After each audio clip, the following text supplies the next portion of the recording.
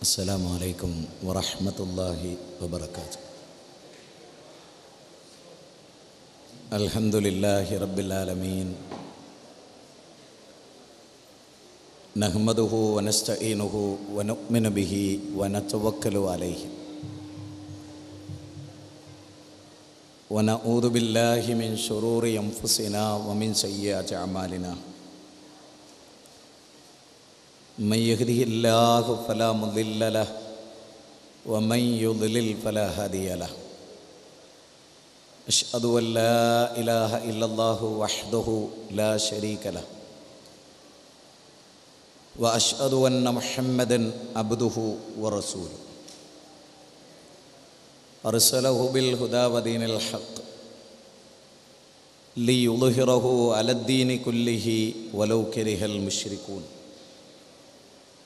اللهم صل على محمد وعلى آل محمد كما صليت على إبراهيم وعلى آل إبراهيم إنك حميد مجيد. اللهم بارك على محمد وعلى آل محمد كما باركت على إبراهيم وعلى آل إبراهيم إنك حميد مجيد. أما بعد، فإن خير الحديث كتاب الله، وخير السنن سنن محمد صلى الله عليه وسلم، وشر الأمور محدثاتها، وكل محدثة بدعة، وكل بدعة ضلالة، وكل ضلالة في النار. اتقوا الله عباد الله، أوصيكم وإياي أولا بتقوى الله. إن نريد إلا الإصلاح ما استطعت وما توفيقي إلا بالله، عليه توكلت وإليه أنيب. رب اشرح لي صدري ويسر لي أمري واحلل عقدة من لساني يفقهوا قولي. أعوذ بالله من الشيطان الرجيم. بسم الله الرحمن الرحيم. إنا جعلنا ما على الأرض زينة لها لنبلوهم أيهم أحسن عملا.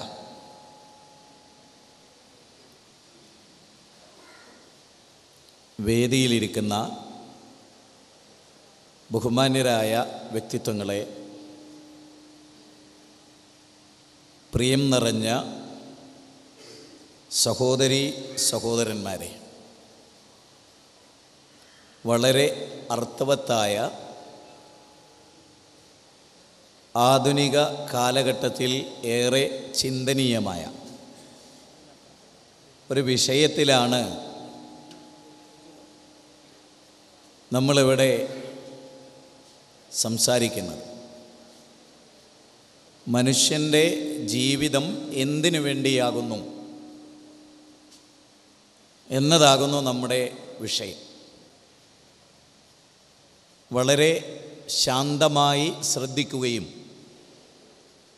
അഗാധമായി ചിന്തിക്കുകയും ചെയ്യുന്ന ഒരു സദസ്സായി ഇത് മാറണമെന്നും ആഗ്രഹിക്കുകയും അതോടൊപ്പം പടച്ചതമ്പുരാനോട് പ്രാർത്ഥിക്കുകയുമാണ്. ജീവിതം എന്തിനു വേണ്ടി എന്നത് മനുഷ്യ സമൂഹത്തിൽ ഏതെങ്കിലും ഒരു ജനപദത്തെ മാത്രം ഉദ്ദേശിച്ചുകൊണ്ടുള്ള ഒരു ചോദ്യമല്ല. അനന്തപരകോടി ജീവജാലങ്ങളുള്ള ഈ മഹാപ്രപഞ്ചത്തിൽ കോടിക്കണക്കിന് മനുഷ്യർ വ്യത്യസ്ത മതങ്ങളിലും ദർശനങ്ങളിലും ചിന്തകളിലുമായി ഇവിടെ ജീവിച്ചു കൊണ്ടിരിക്കുന്നുണ്ട്.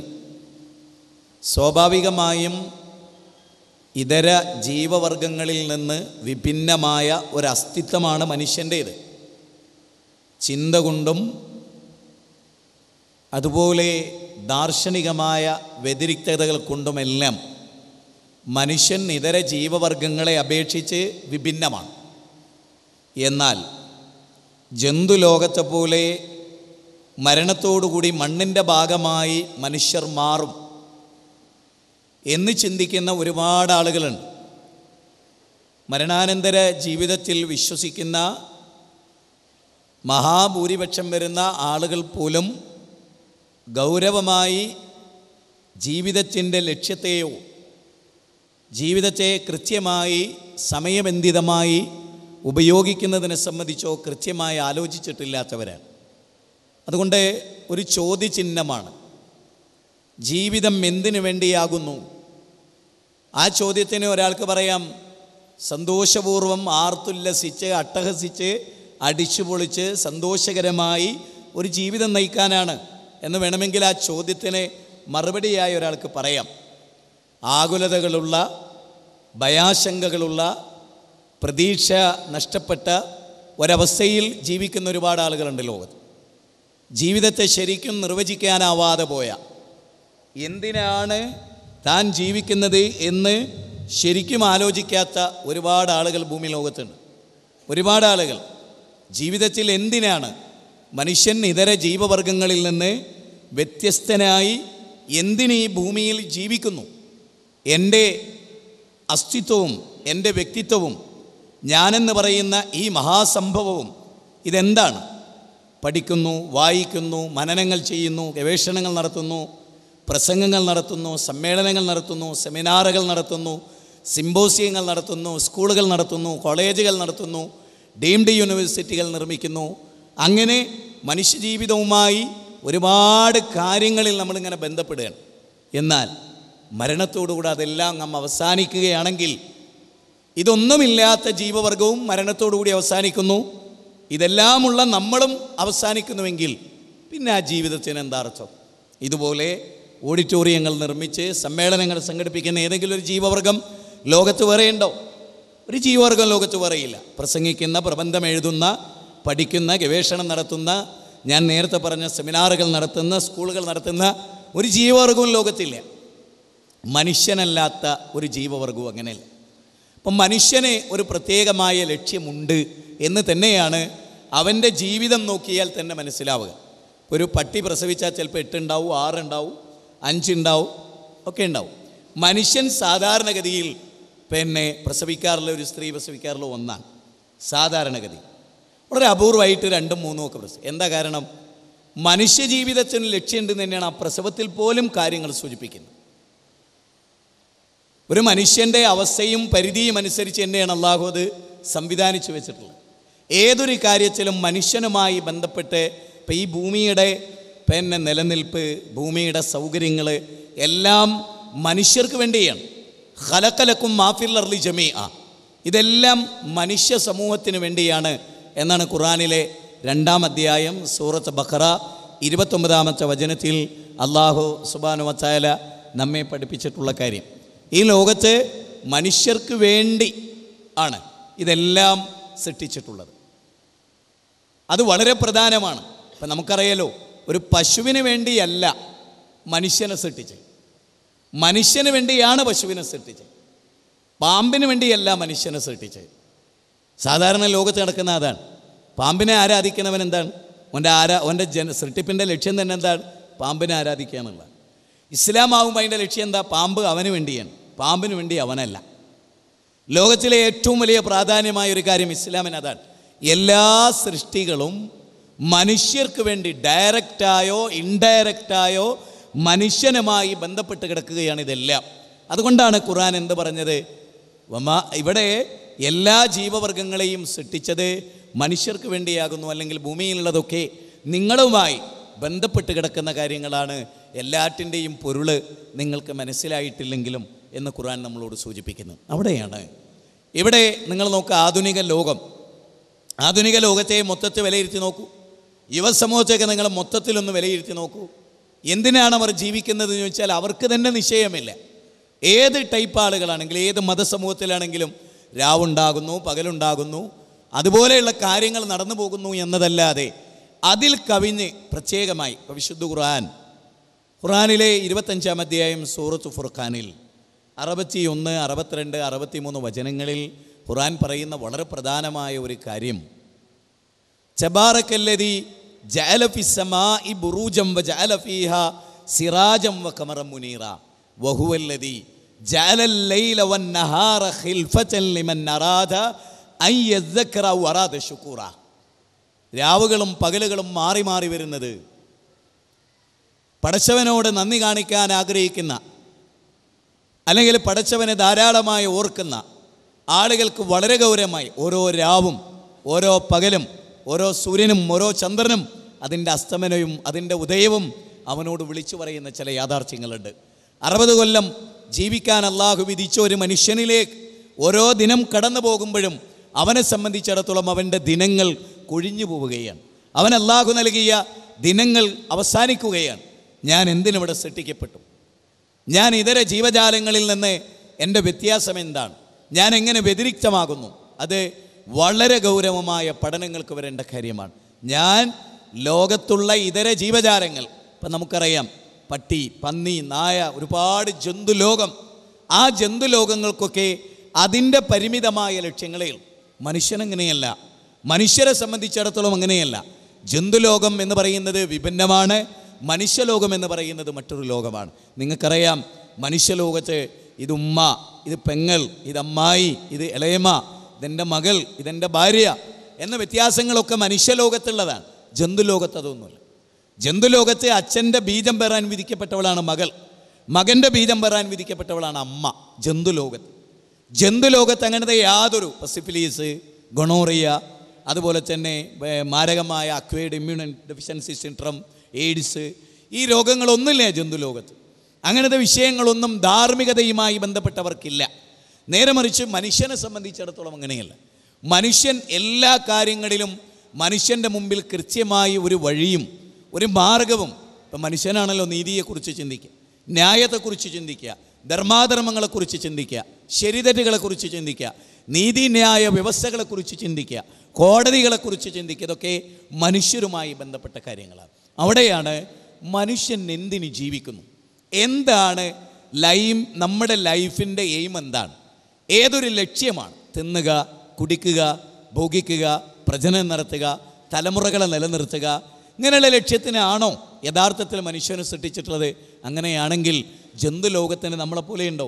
അധ്വാനിക്കണം, കഷ്ടപ്പെടണം, വീട് വെക്കണം, പെൺകുട്ടികളെ കെട്ടിച്ചയക്കണം. നേരെ മറിച്ച് ജന്തുലോകത്തെ ഏതെങ്കിലും ഒരു മൃഗം പ്രസവിച്ചാൽ അതിൻ്റെ കുഞ്ഞ് എത്ര പെണ്ണായാലും അതിനങ്ങനത്തെ വിഷയങ്ങളൊന്നുമില്ല. നേരെ മറിച്ച് നമ്മൾ പെണ്ണാന്ന് അറിയുമ്പോൾ തന്നെ നമ്മുടെ മനസ്സിനൊരാകുലതയാണ്, ബേജാറാണ്, വിഷമമാണ്. എന്താ ആവുക? ഇവിടെ ആരെയാ കെട്ടിച്ചയക്കുക? എത്രയാ കൊടുക്കേണ്ടി വരിക? ഇത് മനുഷ്യലോകത്ത് മാത്രമല്ല. ഇതെല്ലാം ഉണ്ടായി മനുഷ്യരും ഒരു നായ ചത്ത് മണ്ണിൽ കുഴിച്ചിടുന്ന പോലെ മനുഷ്യനെയും കുഴിച്ചിട്ട് അങ്ങനെ അങ്ങ് അവസാനിക്കുന്നതാണ് മനുഷ്യൻ്റെ ജീവിതമെങ്കിൽ ആ ജീവിതത്തിന് എന്തർത്ഥമാണുള്ളത്? മാത്രമല്ല, നമ്മുടെ ലോകം തന്നെ ഇപ്പം നിരപരാധികൾ സൃഷ്ടിക്കപ്പെടുന്നു, അപരാധികളായ ആളുകൾ സ്വതന്ത്രരായി ജീവിക്കുന്നു. നമുക്കറിയാം, 1000 കുറ്റവാളികൾ രക്ഷപ്പെട്ടാലും ഒരു നിരപരാധി ശിക്ഷിക്കപ്പെടരുത് എന്നത് ഇന്ത്യൻ ഭരണഘടനയുടെ മൗലികമായ ഒരു കാര്യമാണ്. ഇവിടെ വ്യത്യസ്ത മതവിഭാഗങ്ങൾ, ജനവിഭാഗങ്ങൾ പലരും എന്ത് ചെയ്യുന്നുണ്ട്? നീതി നിഷേധിക്കപ്പെടുന്നുണ്ട്, കഷ്ടപ്പെടുന്നുണ്ട്, അയൽവാസികളാൽ ആക്രമിക്കപ്പെടുന്നുണ്ട്, ജ്യേഷ്ഠാനുജന്മാരാൽ ആക്രമിക്കപ്പെടുന്നുണ്ട്. ദുർബലനായ അനുജൻ്റെ സ്വത്ത് അച്ഛൻ്റെ മരണശേഷം മക്കളിൽ ഏറ്റവും കായബലമുള്ളവർ അനുഭവിക്കുന്നുണ്ട്. എമ്പാടും അനീതികൾ ഇവിടെയുണ്ട്. ചിലത് അനീതിയാണെന്ന് പോലും മനസ്സിലാക്കാത്ത വിധം ചൂഷണങ്ങൾ നടക്കുന്നുണ്ട്. എന്നാൽ ഇതിനൊന്നും ഇവിടെ ശിക്ഷയില്ല. ഇവിടെ 1000 പേരെ കൊന്ന് 10,000 പേരെ കൊന്നാലും എന്തെല്ലാം അക്രമങ്ങൾ സ്വകാര്യമായി ചെയ്താലും എല്ലാം ഈ ലോകത്ത് ശരിക്കും ആളുകളെ ശിക്ഷിക്കാൻ കഴിയില്ല. ഈ ശിക്ഷാരക്ഷകളുടെ ലോകം ഓരോരുത്തരും അനുഭവിക്കുന്ന മാനസിക വ്യതകൾക്കനുസരിച്ച് പുണ്യം ലഭിക്കുന്ന, അവനവനെ അനുഭവിക്കുന്ന ത്യാഗത്തിന് കൂലി കിട്ടുന്ന ഒരു ലോകമെവിടെ? ഒരമ്മയുടെ 5 മക്കൾ, 4 ആളുകൾ അമ്മയെ ക്രൂരമായി മർദ്ദിക്കുന്നു, അമ്മയുടെ സ്വത്ത് കൊള്ള ചെയ്യുന്നു. 5-മനാകട്ടെ അമ്മയെ ഏറ്റവും നന്നായി നോക്കുന്നു. ക്രൂരന്മാരായ മക്കളാകട്ടെ അമ്മയെ ചൂഷണം ചെയ്യുന്നു. ഈ 5 പേരും മരണത്തോടു കൂടി തുല്യമാവുക എന്നത് ശരിയല്ല. ലോകത്ത് ചിന്മ ചെയ്തവനും നന്മ ചെയ്തവനും ഒരേപോലെ മണ്ണിൻ്റെ ഭാഗമാകുക. അതുകൊണ്ടാണ് വിശുദ്ധ ഖുർആൻ 2 ചോദ്യങ്ങൾ ചോദിക്കുന്നുണ്ട് ഖുർആനിൽ. അം നജ്അലുൽ ലദീന ആമനു വഅമിലുസ് സ്വാലിഹാത്തി കൽ മുഫ്സിദീന ഫിൽ അർദ് അം നജ്അലുൽ മുത്തഖീന കൽ ഫുജ്ജാർ. വല്ലാത്ത ഒരു ചോദ്യമാണ്. അം നജ്അലുൽ ലദീന ആമനു വഅമിലുസ് സ്വാലിഹാത്തി കൽ മുഫ്സിദീന ഫിൽ അർദ് അം നജ്അലുൽ മുത്തഖീന കൽ ഫുജ്ജാർ. അതല്ല, പുണ്യം ചെയ്ത ആളുകളും നന്മ ചെയ്തവരും തിന്മ പ്രവർത്തിച്ചവരും സമമാകും, ഒരേപോലെയാകും, മരണത്തോടു കൂടി അവർ തുല്യമാകും, രണ്ടുപേരും മണ്ണിൻ്റെ ഭാഗമാകും എന്നാണോ നിങ്ങൾ പറയുന്നത്? അതൊരു വല്ലാത്ത തീരുമാനമാണ്, അതൊരു മോശമായ തീരുമാനമാണ്. അതിലെന്ത് നീതിയാണ് ഉള്ളത്? അതിലെന്ത് ന്യായമാണ് ഉള്ളത്? എന്ത് അവകാശമാണ് ഉള്ളത്? എന്ത് മാനവിക പൊരുത്തമാണ് അതിലുള്ളത് എന്ന് അല്ലാഹു ചോദിക്കുകയാണ് ഖുർആനിൽ.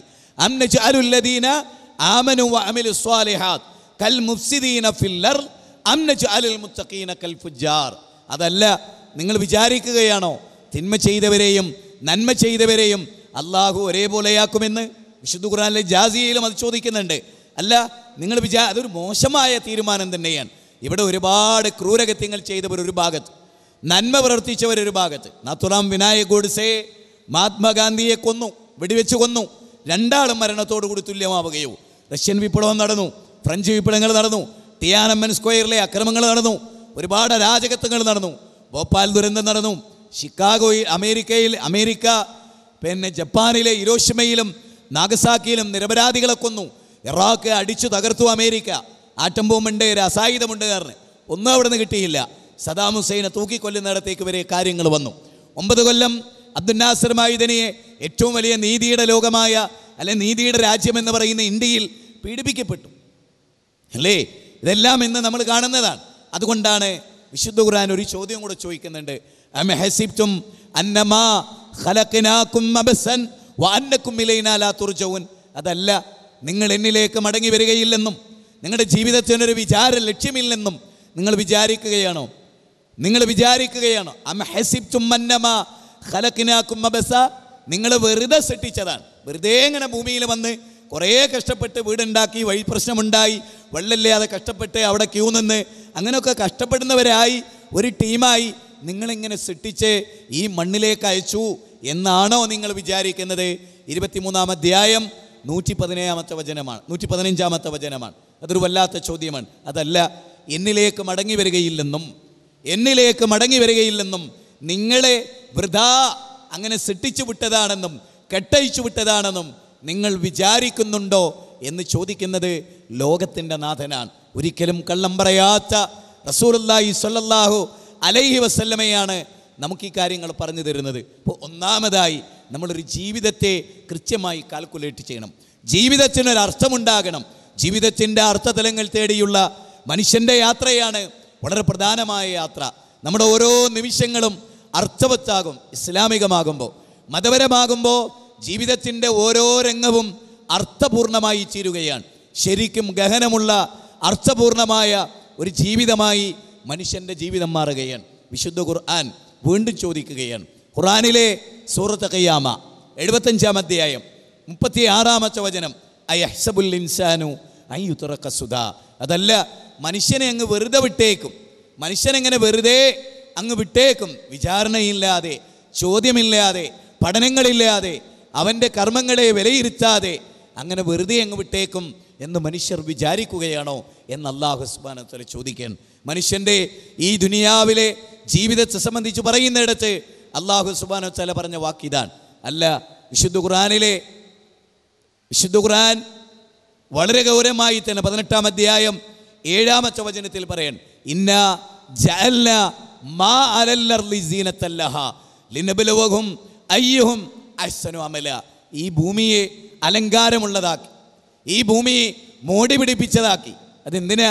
അതിൽ അഭിരമിക്കാനല്ല, അതിൽ നട്ടം തിരിയാനല്ല, അതാണ് ശാശ്വതം എന്ന് വിചാരിച്ച് അതിൽ നിലയുറപ്പിക്കാനല്ല. പിന്നെ എന്തിനാ? നിങ്ങളെ പരീക്ഷിക്കാനാണ്. ഇന്നാ ജഅൽനാ മാ അലൽ അർളി സീനത്തൻ ലഹാ ലിനബ്ലുവഹും അയ്യുഹും അഹ്സനു അമല. നിങ്ങളിൽ ആരാണ് ഏറ്റവും നല്ല പ്രവർത്തനങ്ങൾ പ്രവർത്തിക്കുന്നത് എന്ന് പരീക്ഷിക്കാനാണ് നിങ്ങൾക്ക് ഇങ്ങനെ ഒരു ജീവിതം നൽകിയത്, ഈ ഭൂമി അലങ്കാരമുള്ളതാക്കിയത്, ഈ ഭൂമി മോടി പിടിച്ചതായത്. ഹരിതാപമായ ഈ ഭൂമി അതിൻ്റെ സർവാലങ്കാരങ്ങളും എടുത്ത് മോടി പിടിച്ചു നിൽക്കുന്നത്, ആരെയും കണ്ണഞ്ചിപ്പിക്കുന്ന വിധത്തിലെ സൗഭാഗ്യങ്ങളുടെ കലവറയായി ഈ ഭൂമി മാറിയത്.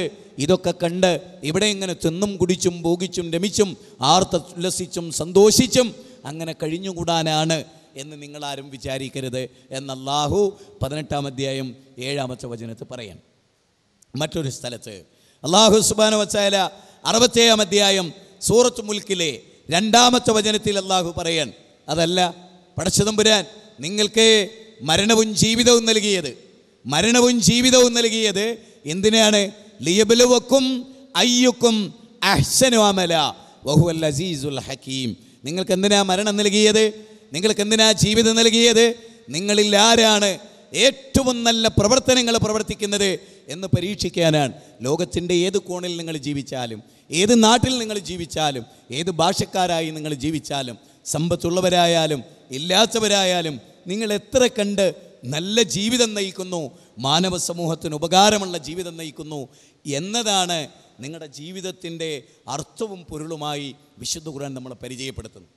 അപ്പോൾ വിശുദ്ധ ഖുർആൻ മനുഷ്യൻ്റെ, ഇപ്പം നിങ്ങൾക്കറിയാം ഖുർആനിലെ 17-ാം അധ്യായം 70-ാമത്തെ വചനത്തിൽ അല്ലാഹു പറയാണ്, വലക്കത് കറംനാ ബനി ആദം. വലക്കത് കറംനാ ബനി ആദം, ആദം സന്തതികളെ നാം ആദരിച്ചിരിക്കുന്നു. ജീവജാലങ്ങളിൽ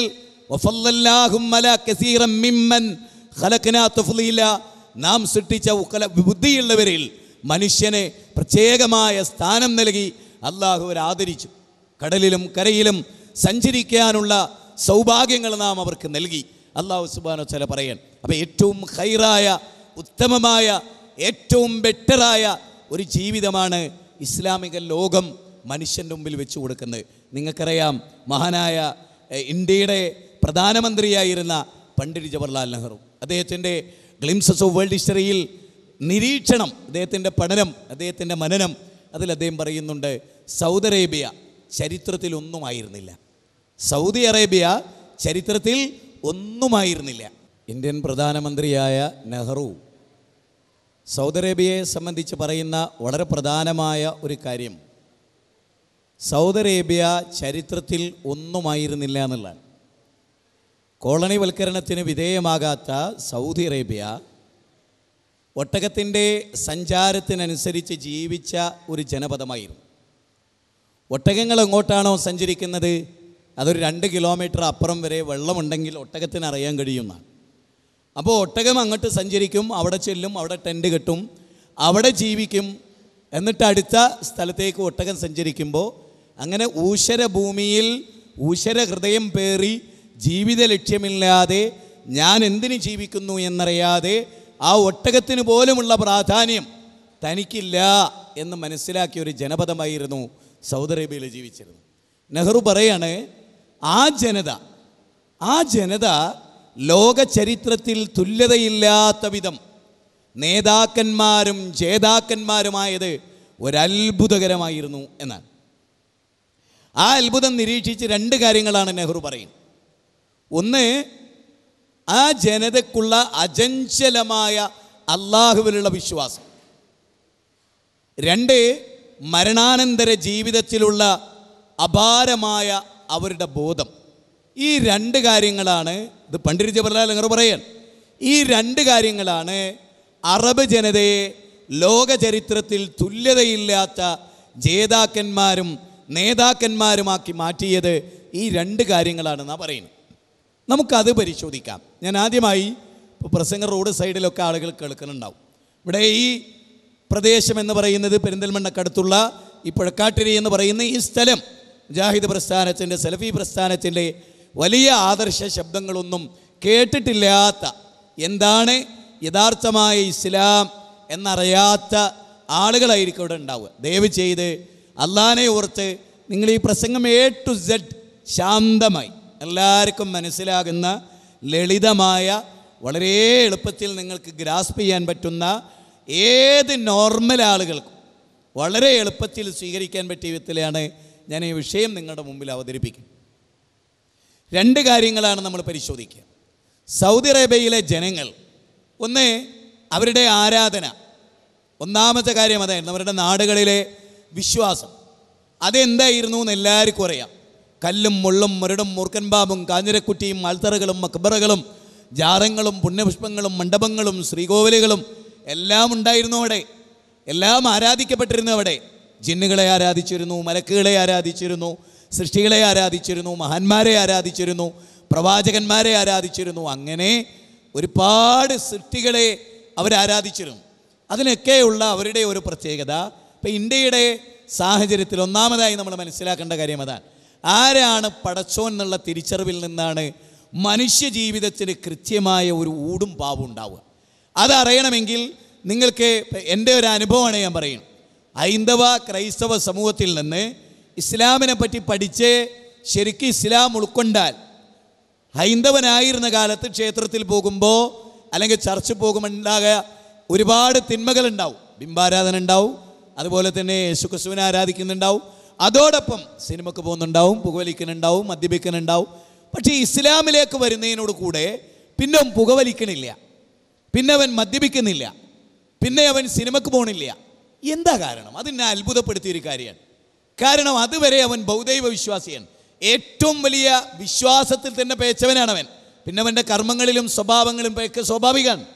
നേരെ മറിച്ച് ഇസ്ലാമിലേക്ക് വരുന്നതിനോട് കൂടി ഏറ്റവും പ്രധാനമായി അവൻ നന്നാകേണ്ട ഘടകം ഏകദൈവാരാധനയാണ്. ആ പടച്ചോനെ ശരിക്കും ഉൾക്കൊള്ളുമ്പോൾ അവൻ നന്നാവുക. അത് ക്ലിയർ ആകുന്നത് കൊണ്ടാകാം ഒരു ഭക്തനായ ക്ഷേത്രത്തിൽ ആരാധിക്കുന്ന മാധവൻ ഇസ്ലാം സ്വീകരിക്കുന്നതിനോടുകൂടി അവൻ വിഷുവിന് കുടിക്കുന്ന കള്ള് അതോടുകൂടി നിന്നു പോകണം. അതുകൊണ്ടായിരിക്കാം. കാരണം അതുവരെ അവൻ്റെ മനസ്സിൽ ഒരു കൃത്യമായ ഏകദൈവാരാധന വന്നിട്ടില്ല. ഏകദൈവ ആരാധന ശരിക്കും ഉൾക്കൊണ്ട ഒരാൾക്ക് ആ ഇസ്ലാമായാലും അങ്ങനെ തന്നെയാണ്. ഇപ്പം കേരളത്തിൽ തന്നെ മുജാഹിദ് പ്രസ്ഥാനത്തിലേക്ക് വരുന്ന മുസ്ലിങ്ങളിൽപ്പെട്ട ആളുകൾ തന്നെ മറ്റു പ്രസ്ഥാനങ്ങളിലായിരുന്ന കാലത്തെ വരുന്ന ആളുകൾ എൻ്റെ അനുഭവത്തിൽ ഒരുപാടുണ്ട്. അവിടെയായിരുന്ന കാലത്ത് മൊയ്തീൻ ശൈഖിനെ വിളിക്കും, മമ്പ്രനങ്ങളെ വിളിക്കും, ഉള്ളാളെ ഞങ്ങളെ വിളിക്കും, പല ആളുകളെയും മൂന്ന് പെറ്റുമ്മനെ വിളിക്കും, അതുപോലെ ഭീമാ ഉമ്മിച്ചനെ വിളിക്കും, പൈതൽ ജാറത്ത് പോവും. അങ്ങനെ പല രൂപത്തിലും ജീവിച്ച ആളുകൾ അവർക്ക് തൗഹീദ് കിട്ടുന്നതോടുകൂടെ അവർക്ക് എന്നെ അറിയാൻ കഴിയും. ജീവിതത്തിൽ ഞാൻ പണ്ട് EK സുന്നിയായിരുന്ന AP സുന്നിയായിരുന്ന കാലത്തില്ലാത്ത ഒരു മാറ്റം ഞാൻ മുജാഹിദുകളുടെ കേസറ്റ് കേട്ടതിനോട് എനിക്കുണ്ടായിട്ടുണ്ട്. ഈ സദസ്സിലിരിക്കുന്ന പ്രായം ചെന്നവരൊക്കെ അത് അനുഭവിച്ചവരായിരിക്കും അല്ലേ? ഒരു വിധപ്പെട്ട എല്ലാ ആളുകൾക്കും ആ അനുഭവമുണ്ട്. ആ ഒരു വല്ലാത്തൊരു അനുഭവമാണ്. അപ്പം സാധാരണ ഞാൻ എപ്പോഴും ചിന്തിക്കാറുണ്ട്, ഒരു ഖുത്ബ കേട്ട് കഴിഞ്ഞാൽ ഒരാൾ വന്നിട്ട് പറയും, ഉസ്താദേ നിങ്ങൾ 3 ഖുത്ബയാണ് കേട്ടോ എന്നെ മാറി ചിന്തിപ്പിച്ചേ. അതൊരിക്കലും പേരോടിനോട് ഒരാൾ പറയില്ല. ഉസ്താദേ നിങ്ങൾ വെള്ളിയാഴ്ച ഖുത്ബ കേട്ടിട്ട് ഞാൻ മാറിയെന്ന് പറയും. കാരണം ഉസ്താദിൻ്റെ ഖുത്ബ എന്തായിരുന്നു എന്ന് ഓനെ അറിയില്ല. ഓനൊരു ഒച്ചയായിട്ട് അങ്ങനെ കേട്ട്. അതുകൊണ്ട് ഒരു AP EK സുന്നി മൊയ്ലിയാർക്കും ഉസ്താദേ ഞാൻ നിങ്ങളെ പ്രസംഗം കേട്ടാൽ മാറിയേ എന്ന് പറയുന്ന ഒരു അനുഭവം അയാളുടെ ലൈഫിലുണ്ടാവും. അത് വളരെ പ്രധാനമായൊരു പോയിൻ്റാണ്. അപ്പോൾ ആലോചിച്ച് നോക്കി, എത്രയോ ആളുകൾ. ഇപ്പം ഇന്നലെ ഞാൻ തലശ്ശേരി പ്രസംഗിച്ചിങ്ങനെ നിൽക്കുമ്പോൾ ഒരാളിങ്ങനെ അവിടെ അയാൾക്ക് എൻ്റെ അടുത്തേക്ക് വരണമെന്ന് അയാളുടെ മുഖത്ത് നോക്കി എനിക്ക് മനസ്സിലായി. ഞാൻ പറഞ്ഞു ഇങ്ങോട്ട് വന്നോളൂ പറഞ്ഞു. വന്നവനോട് ഞാൻ മോഹൻ ഞങ്ങൾ എന്താ എന്നെ വിളിച്ച് കയറ്റി ചോദിച്ചു. ഞാൻ പറഞ്ഞു നിങ്ങൾ എന്നെ കാണാൻ നിൽക്കുകയെന്ന് എനിക്ക് മനസ്സിലായിട്ടുണ്ട്, അതുകൊണ്ടാണ്. ഞങ്ങളവിടെ 15 മിനിറ്റ് ഇരുന്ന് സംസാരിച്ച്. അപ്പം ഞാൻ ചോദിച്ചു, ഇവിടെ വിവാദ വിഷയം ചർച്ച ചെയ്യുന്ന കേൾക്കാൻ മോഹൻ എന്തിനാ വന്ന്? ഇവിടെ വിവാദ വിഷയമാണ് ചർച്ച ചെയ്യുന്നതെന്നൊക്കെ എനിക്കറിയാം. പക്ഷേ ഞങ്ങൾ ക്ഷേത്രത്തിലെ കേസറ്റ് കേട്ടിട്ട് എനിക്കിത് ഇങ്ങോട്ട് ക്ലിക്ക് ചെയ്തിട്ടുണ്ട്, എനിക്കിത് കൂടുതൽ പഠിക്കണം, ഞാൻ അതിനാ വന്നതാണ്. എന്താ ആ ഒരു അനുഭവം? എന്താ അത്? മനുഷ്യന് എന്താണോ അവൻ്റെ ഉള്ള്, ആ ഉള്ളാണ് നമ്മൾ അവതരിപ്പിക്കുന്നത്. മനുഷ്യൻ്റെ ഒരു പ്രകൃതി ഉണ്ടല്ലോ, ഫിത്രത്തല്ലാഹില്ലത്തി ഫതറന്നാസ അലൈഹ എന്നുള്ള ലാ തബ്ദീല ലിഖൽഖില്ലാ ദാലിക ദീനുൽ ഖയ്യിം 30-ാം അധ്യായത്തിലെ 30-ാമത്തെ വചനം. ശരിക്കതാണ് മനുഷ്യൻ്റെ പ്രകൃതി എന്താ. അപ്പോൾ ഇവിടെ ഒരു ക്ഷേത്രത്തിൽ കഴിഞ്ഞ ദിവസം ഞാൻ പ്രസംഗിച്ചപ്പോൾ സ്വാമിജിയും പള്ളിയിലച്ഛനും പറഞ്ഞു, ഒറ്റ ദൈവമേ ഉള്ളൂ. അത് ഉദ്ഘാടനം ചെയ്ത ഒരു സിനിമാ നടനായിരുന്നു. ഒരുപക്ഷെ അതിൻ്റെ കേസറ്റ് നിങ്ങൾക്ക് ഇവിടെ കിട്ടും. അപ്പം അടുത്ത് അമൃതാനന്ദമയിയുടെ ആശ്രമത്തിൻ്റെ തൊട്ടേ ക്ഷേത്രത്തിൽ അവരുടെ സന്യാസിമാരൊക്കെ പങ്കെടുക്കുന്ന പ്രോഗ്രാം. അപ്പോൾ അവിടെ അവർ പറഞ്ഞു ഞങ്ങളൊക്കെ ഏകദൈവ വിശ്വാസികളാണ് എന്നൊക്കെ പറഞ്ഞു. ബിംബാരാധന ഇല്ല എന്ന് ഞാൻ അവരുടെ വേദം ഉദ്ധരിച്ച് ഇങ്ങനെ സമർത്ഥിച്ച് പരിപാടിയൊക്കെ കഴിഞ്ഞ് ഞാനിങ്ങ് പോന്നു. പിന്നെ അറിയണേ എന്ത്, സ്വാമിജീനെ അവർ വിട്ടിട്ടില്ല. ആര് വിട്ടിട്ടില്ലാന്ന്? മുസ്ലിങ്ങളല്ല, സ്വാമിജി അവിടുത്തെ ഹിന്ദു സമൂഹത്തിൽപ്പെട്ട യുവാക്കൾ സ്വാമിജീനെ അവിടെ പിടിച്ചു വെച്ചു. എന്തിനാ പിടിച്ചു വെച്ചേ? സ്വാമിജി നമ്മുടെ വേദഗ്രന്ഥത്തിൽ ബിംബാരാധന ഇല്ലാന്ന് അധ്യായ നമ്പറും വചന നമ്പറും ഉദ്ധരിച്ച് അദ്ദേഹം പറഞ്ഞു. സത്യമാണോ സ്വാമിജി? അത് ഞങ്ങൾക്കറിയണം. ഞങ്ങൾ ഇത്രയും കാലം ബിംബാരാധകരായിരുന്നു, അത് പാപമാണ്, നരകത്തിലേക്കാണ് എത്തുക എന്നാണ് ഹിന്ദു വേദഗ്രന്ഥം പറയുന്നതെന്നാണ് അയാൾ സ്ഥാപിച്ചത്. സ്വാമിജിക്കൊന്നും പറയാൻ കഴിഞ്ഞില്ല. അവസാനം സ്വാമിജി പറഞ്ഞു അയാൾ പറഞ്ഞാണ് ശരി. അങ്ങനെ അയാൾക്ക് പോണ്ടി വന്നു. 18 യുവാക്കളാണ് ഇപ്പം ഇസ്ലാം പഠിക്കാൻ അവിടെ നമ്മുടെ കുട്ടികളുടെ കൂടെ വന്നുകൊണ്ടിരിക്കും. 18 ആൾ ഒരൊറ്റ പ്രസംഗത്തിൻ്റെ റിസൾട്ടാണ്. എന്തേ നമ്മൾ പറഞ്ഞുള്ളൂ, ജനങ്ങളെ അല്ല ഏതൊരു പ്രകൃതത്തിലാണോ സൃഷ്ടിച്ചത് ആ പ്രകൃതി മറന്നിട്ടായിരുന്നു അവരുടെ യാത്ര. ആ പ്രകൃതി അവരെ ഓർമ്മപ്പെടുത്തിയപ്പോൾ അവർക്ക് ബേജാറായിപ്പോയി. ആ പ്രകൃതിയിലേക്ക് അവർ മടങ്ങുകയാണ്. കാരണം എന്താ അറിയോ, സൂറത്ത് അറാഫ് അത്ഭുതപ്പെടുത്തിയൊരു ഖുർആനിക വചനമാണ്. 7-ാം അധ്യായത്തിലെ ഒരു വചനമായ എന്താ, ആ വചനത്തിൽ അല്ലാഹു സുബ്ഹാനഹു വ തആല പറയുന്നത് 72-ാമത്തെ വചനം. ആ വചനത്ത് പറയുന്നത് എല്ലാ മനുഷ്യരെയും ആദമിൻ്റെ മുതുകുകളിൽ നിന്ന് സൃഷ്ടിച്ചു. എന്നിട്ട് അല്ലാഹ് അവരോട് ചോദിച്ചു, അലസ്തു ബി റബ്ബിക്കും ഖാലു ബലാ ഷഹിദിന. അല്ല, ഞാനല്ലേ നിങ്ങളുടെ രക്ഷകൻ, ഞാനല്ലയോ നിങ്ങളുടെ ദൈവം, ഞാനല്ലയോ നിങ്ങളുടെ ഇലാഹ് എന്ന് അല്ലാഹ് ചോദിച്ചപ്പോൾ ലാൽ കൃഷ്ണ അദ്വാനി പറഞ്ഞു എന്നാ അല്ലാഹ് പറയണേ, വിനയ് കത്യാർ പറഞ്ഞു എന്നാ അല്ലാഹ് പറയണേ, അശോക സിംഗാള് പറഞ്ഞു എന്നാ അല്ലാഹ് പറയണേ, ഈ ചന്ദനും പോത്തനും എല്ലാവരും പറഞ്ഞു എന്നാ അല്ലാഹ് പറയണേ, സുരേന്ദ്രനും ദേവദാസും കല്യാണി അമ്മയും ആമിനയും ആയിഷക്കുട്ടിയും എല്ലാം പറഞ്ഞു എന്നാ അല്ലാഹ് പറയണേ. എന്തേ? കാലു ബലാ ഷഹിദിന, അതേ നീ തന്നെ റബ്ബേ ആരാധ്യൻ. അതുകൊണ്ടായിരിക്കാം ഒരൊറ്റ എല്ലാത്തിലും ഞാൻ അവരോട് ചോദിച്ചു, സ്വാമിജീനോടും പള്ളിയിലച്ചനോടും ചോദിച്ചു, ഒറ്റ ദൈവമേ ഉള്ളൂ നിങ്ങൾ പറഞ്ഞിട്ട് എന്തിനാ പിന്നെ ദൈവത്തിൻ്റെ സൃഷ്ടികളെ ആരാധിക്കണത്? എന്തിനാ പിന്നെ നിങ്ങൾ ദൈവത്തിൻ്റെ സൃഷ്ടികളെ ആരാധിക്കുന്നത്? ആ ദൈവത്തെ ആരാധിച്ചൂടെ? അതായത് ഒരാളും ഞാനൊരു ബൗദ്ധ വിശ്വാസിയാണ്, ഞാനൊരു ബിംബാരാധകനാണ് എന്ന് പറയാൻ പൊതുവേ ഇഷ്ടപ്പെടുന്നില്ല. അവനും പറയൽ എന്താണ്, ഞാൻ ഒറ്റ ദൈവത്തിലാണ് വിശ്വസിക്കുന്നത്.